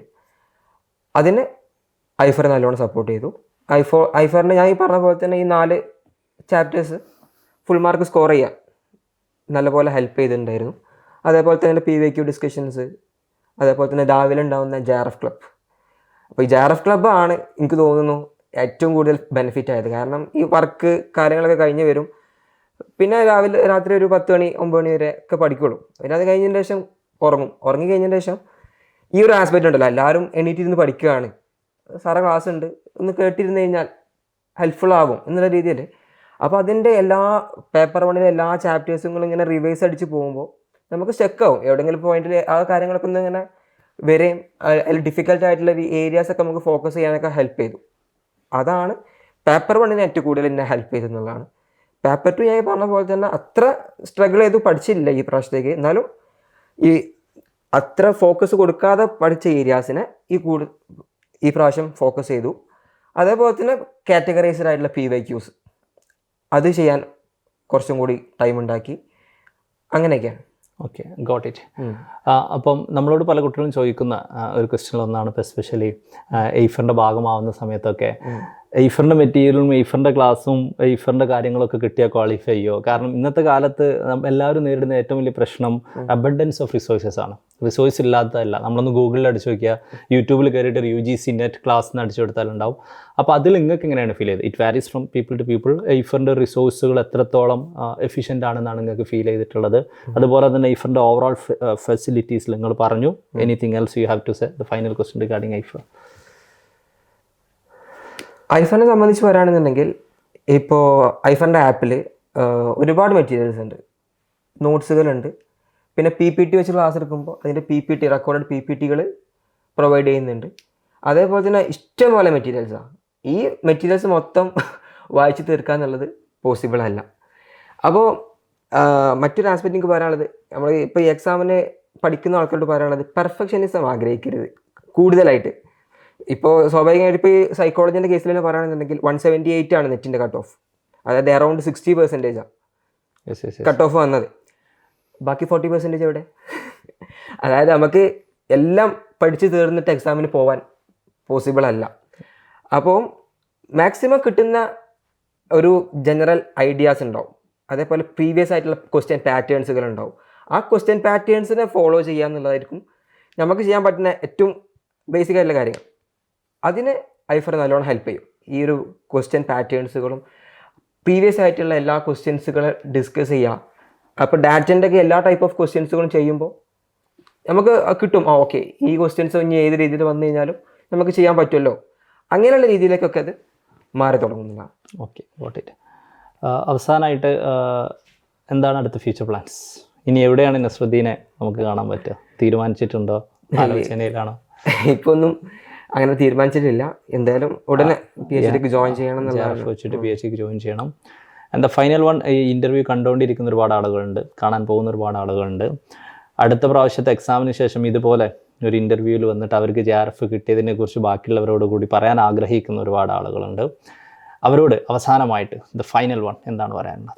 കൺസിസ്റ്റൻ്റ് ആയിട്ട് ട്രൈ ചെയ്യുക എന്നുള്ളത് തന്നെയാണ് ഏറ്റവും ഇമ്പോർട്ടൻറ്റ്. അപ്പോൾ ഈ കൺസിസ്റ്റൻസി ഞാൻ നേരത്തെ പറഞ്ഞ പോലെ തന്നെ എന്നും ഇത്ര നേരം പഠിക്കാനൊന്നും നമുക്ക് ചിലപ്പോൾ സാധിച്ചോളണമെന്നുണ്ടാവില്ല. പക്ഷേ എന്നിരുന്നാലും എന്ത് ചെയ്യുക, നമ്മൾ പഠിക്കുന്ന സമയത്ത് എഫക്റ്റീവായിട്ട് നമുക്ക് കുറേ സെറ്റ് ബാക്സുകളും ഡൗൺഫാൾസൊക്കെ ഉണ്ടാവും. ആ ഡൗൺഫാൾസൊക്കെ ഒന്ന് മറികടന്നിട്ട് എന്ത് ചെയ്യുക, എങ്ങനെയെങ്കിലും ക്രാക്ക് ചെയ്യണം. അപ്പോൾ അതിന് വേണ്ടിയിട്ടുള്ള റിസോഴ്സുകളും കാര്യങ്ങളൊക്കെ യൂട്ടിലൈസ് ചെയ്തിട്ട് പഠിക്കുക. സക്സസ് ഒരു നാൾ വരും. Okay, thank you Nasruddin. ഒരുപാട് പ്രിപ്പറേഷനുമായി ബന്ധപ്പെട്ട യുണീക്ക് ഇൻസൈറ്റുകൾ ലഭിച്ചിട്ടുണ്ടെന്ന് ഞാൻ കരുതുന്നു. അതുപോലെ തന്നെ പേപ്പർ 2 സൈക്കോളജി സബ്ജക്റ്റുമായിട്ട് ഒരുപാട് ഡീറ്റെയിൽ ആയിട്ട് നസ്രുദ്ദീൻ പറയുകയുണ്ടായി. എനിക്ക് വളരെ ഇൻട്രസ്റ്റിംഗ് ആയിട്ട് തോന്നിയ ചില ഇൻസൈറ്റുകളൊന്ന്, നമ്മളൊരു 2-3-4 ടോപ്പിക്കുകൾ എസ്പെഷ്യലി പേപ്പർ 1-ലേത് നമ്മൾ ഇനീഷ്യലി തന്നെ ക്രാക്ക് ചെയ്യുക, തീരുമാനിക്കുക, അതിൽ മാക്സിമം മാർക്കുകൾ നമ്മൾ സ്കോർ ചെയ്യുക, ബാക്കിയുള്ള ടോപ്പിക്കുകളിലൊരു അറൗണ്ട് 3 to 4 മാർക്സ് സ്കോർ ചെയ്യുക. ആ ഒരു ടാർഗറ്റ് ആദ്യം വെക്കുകയാണെങ്കിൽ നിങ്ങൾക്ക് 35+ മാർക്ക് നേടാൻ സാധിക്കും. ഡെഫിനറ്റ്ലി ദാറ്റ് വിൽ ഹെൽപ്പ് എന്നുള്ളൊരു ആസ്പെക്റ്റാണ്. രണ്ടാമത്തെ ഒരു ആസ്പെക്റ്റ് പറഞ്ഞു, പലപ്പോഴും നമ്മൾ ഒരു ടോപ്പിക്ക് ഇങ്ങനെ പഠിച്ചു വരുമ്പോൾ അവസാനമാകുമ്പോൾ ആ ഒരു ടോപ്പിക്കിന് നമ്മൾ ഒരു പെട്ടെന്ന് അടിച്ചു വിട്ടിട്ടായിരിക്കും നമ്മൾ പഠിക്കുക, സീരിയസ് ആയിട്ട് നോക്കില്ല. അപ്പോൾ ഫർദർ റിവൈസ് ചെയ്യുന്ന സമയത്ത് കുറച്ചൊരു റിവൈസിങ് ഓർഡറിൽ അവസാനം നമ്മൾ സാധാരണ പഠിച്ച് നെഗ്ലക്റ്റ് ചെയ്യപ്പെടുന്ന ടോപ്പിക്കുകൾ പഠിക്കുക എന്നുള്ളത് ഇമ്പോർട്ടൻ്റ് ആയിരിക്കും എന്നുള്ളത്. ജോലി ചെയ്തുകൊണ്ട് തന്നെ മാനേജ് ചെയ്യാൻ പറ്റുകയാണെങ്കിൽ, ഈവൻ നിങ്ങൾ ഇതുവരെ നെറ്റ് ക്വാളിഫൈ ചെയ്തിട്ടില്ലെങ്കിൽ പോലും നിങ്ങൾക്ക് ഡയറക്റ്റായിട്ട് JRF തന്നെ ക്വാളിഫൈ ചെയ്യാൻ പറ്റുമെന്നുള്ളൊരു ആസ്പെക്റ്റ് പറഞ്ഞു. കഴിഞ്ഞ കുറച്ച് കാലങ്ങളായിട്ട് റെക്കഗ്നിഷൻ ആസ്പെക്റ്റിലേക്ക്, അതായത് ജസ്റ്റ് കോൺസെപ്ച്വൽ ആണ് കൂടുതലെങ്കിലും റീസെൻ്റ്ലി കുറച്ച് റീകോളിംഗ് ആസ്പെക്റ്റിലേക്കും ഫാക്ച്വൽ ആസ്പെക്റ്റിലേക്കും നമ്മളൊരു പ്രയോറിറ്റി സെറ്റ് ചെയ്യുക എന്നുള്ളതിൻ്റെ ഇമ്പോർട്ടൻസ്, ഇങ്ങനെയുള്ള ഒരുപാട് ഇൻസൈറ്റ്ഫുൾ ആയിട്ടുള്ള കാര്യങ്ങൾ നസ്രുദ്ദീൻ നമ്മളോട് പറയുകയുണ്ടായി. ഫ്യൂച്ചർ JRF PhD കുറിച്ച് ആലോചിച്ചുകൊണ്ടിരിക്കുകയാണ്. അധികം വൈകാതെ തന്നെ PhDക്ക് ജോയിൻ ചെയ്യും എന്നുള്ളതാണ്. So all the best to Nasruddin. കൂടുതൽ ഇൻ്റർവ്യൂകളിൽ ഫ്യൂച്ചറിൽ PhDയും അതിനുശേഷമൊക്കെ ആയിട്ട് വീണ്ടും വരും എന്നുള്ളൊരു പ്രതീക്ഷയിലാണ്. അപ്പോൾ പ്രിപ്പയർ ചെയ്യുന്നവരോട്, വരുന്ന ഭാവിയിലെ JRF ഹോൾഡേഴ്സ് ആവാൻ പോകുന്നവരോട്, നിങ്ങളുടെ പ്രിപ്പറേഷൻ കണ്ടിന്യൂ ചെയ്തുകൊണ്ടേയിരിക്കുക.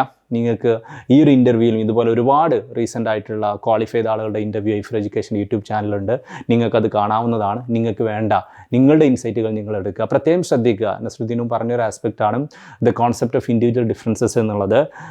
ഇദ്ദേഹത്തിന് മാച്ച് ആയിട്ടുള്ള എല്ലാ സ്ട്രാറ്റജീസും നിങ്ങൾക്ക് മാച്ച് ആവണമെന്നില്ല. ഡിഫറെൻറ്റ് വിന്നേഴ്സ് ഡിഫറെൻറ്റ് സ്ട്രാറ്റജീസ് ആയിരിക്കും അഡോപ്റ്റ് ചെയ്തിട്ടുണ്ടാവുക. അതിൽ ഈ പറയുന്ന വിന്നേഴ്സ് പറയുന്ന സ്ട്രാറ്റജീസിൽ നിങ്ങളൊരു സ്റ്റൈലോട്, ഓക്കെ, നിങ്ങളുടെ ഒരു ബാക്ക്ഗ്രൗണ്ടുമായിട്ട് ഏറ്റവും മാച്ച് ചെയ്യുന്ന സ്ട്രാറ്റജീസ് ഏതൊക്കെയാണ് അത് മാത്രം ചൂസ് ചെയ്യുക. അത് ചൂസ് ചെയ്തിട്ടും അത് നിങ്ങളുടെ ഒരു സ്ട്രക്ചറിലേക്ക് നിങ്ങൾ മോഡൽ ചെയ്യുന്നുണ്ട്, മോഡിഫൈ ചെയ്യുന്നുണ്ട് എന്നുള്ളത് ഉറപ്പുവരുത്തുക. പ്രിപ്പറേഷൻ കണ്ടിന്യൂ ചെയ്തുകൊണ്ടേയിരിക്കുക. തീർച്ചയായും വരുന്ന എക്സാമുകളിൽ നിങ്ങൾ ക്വാളിഫൈ ചെയ്യും. All the best.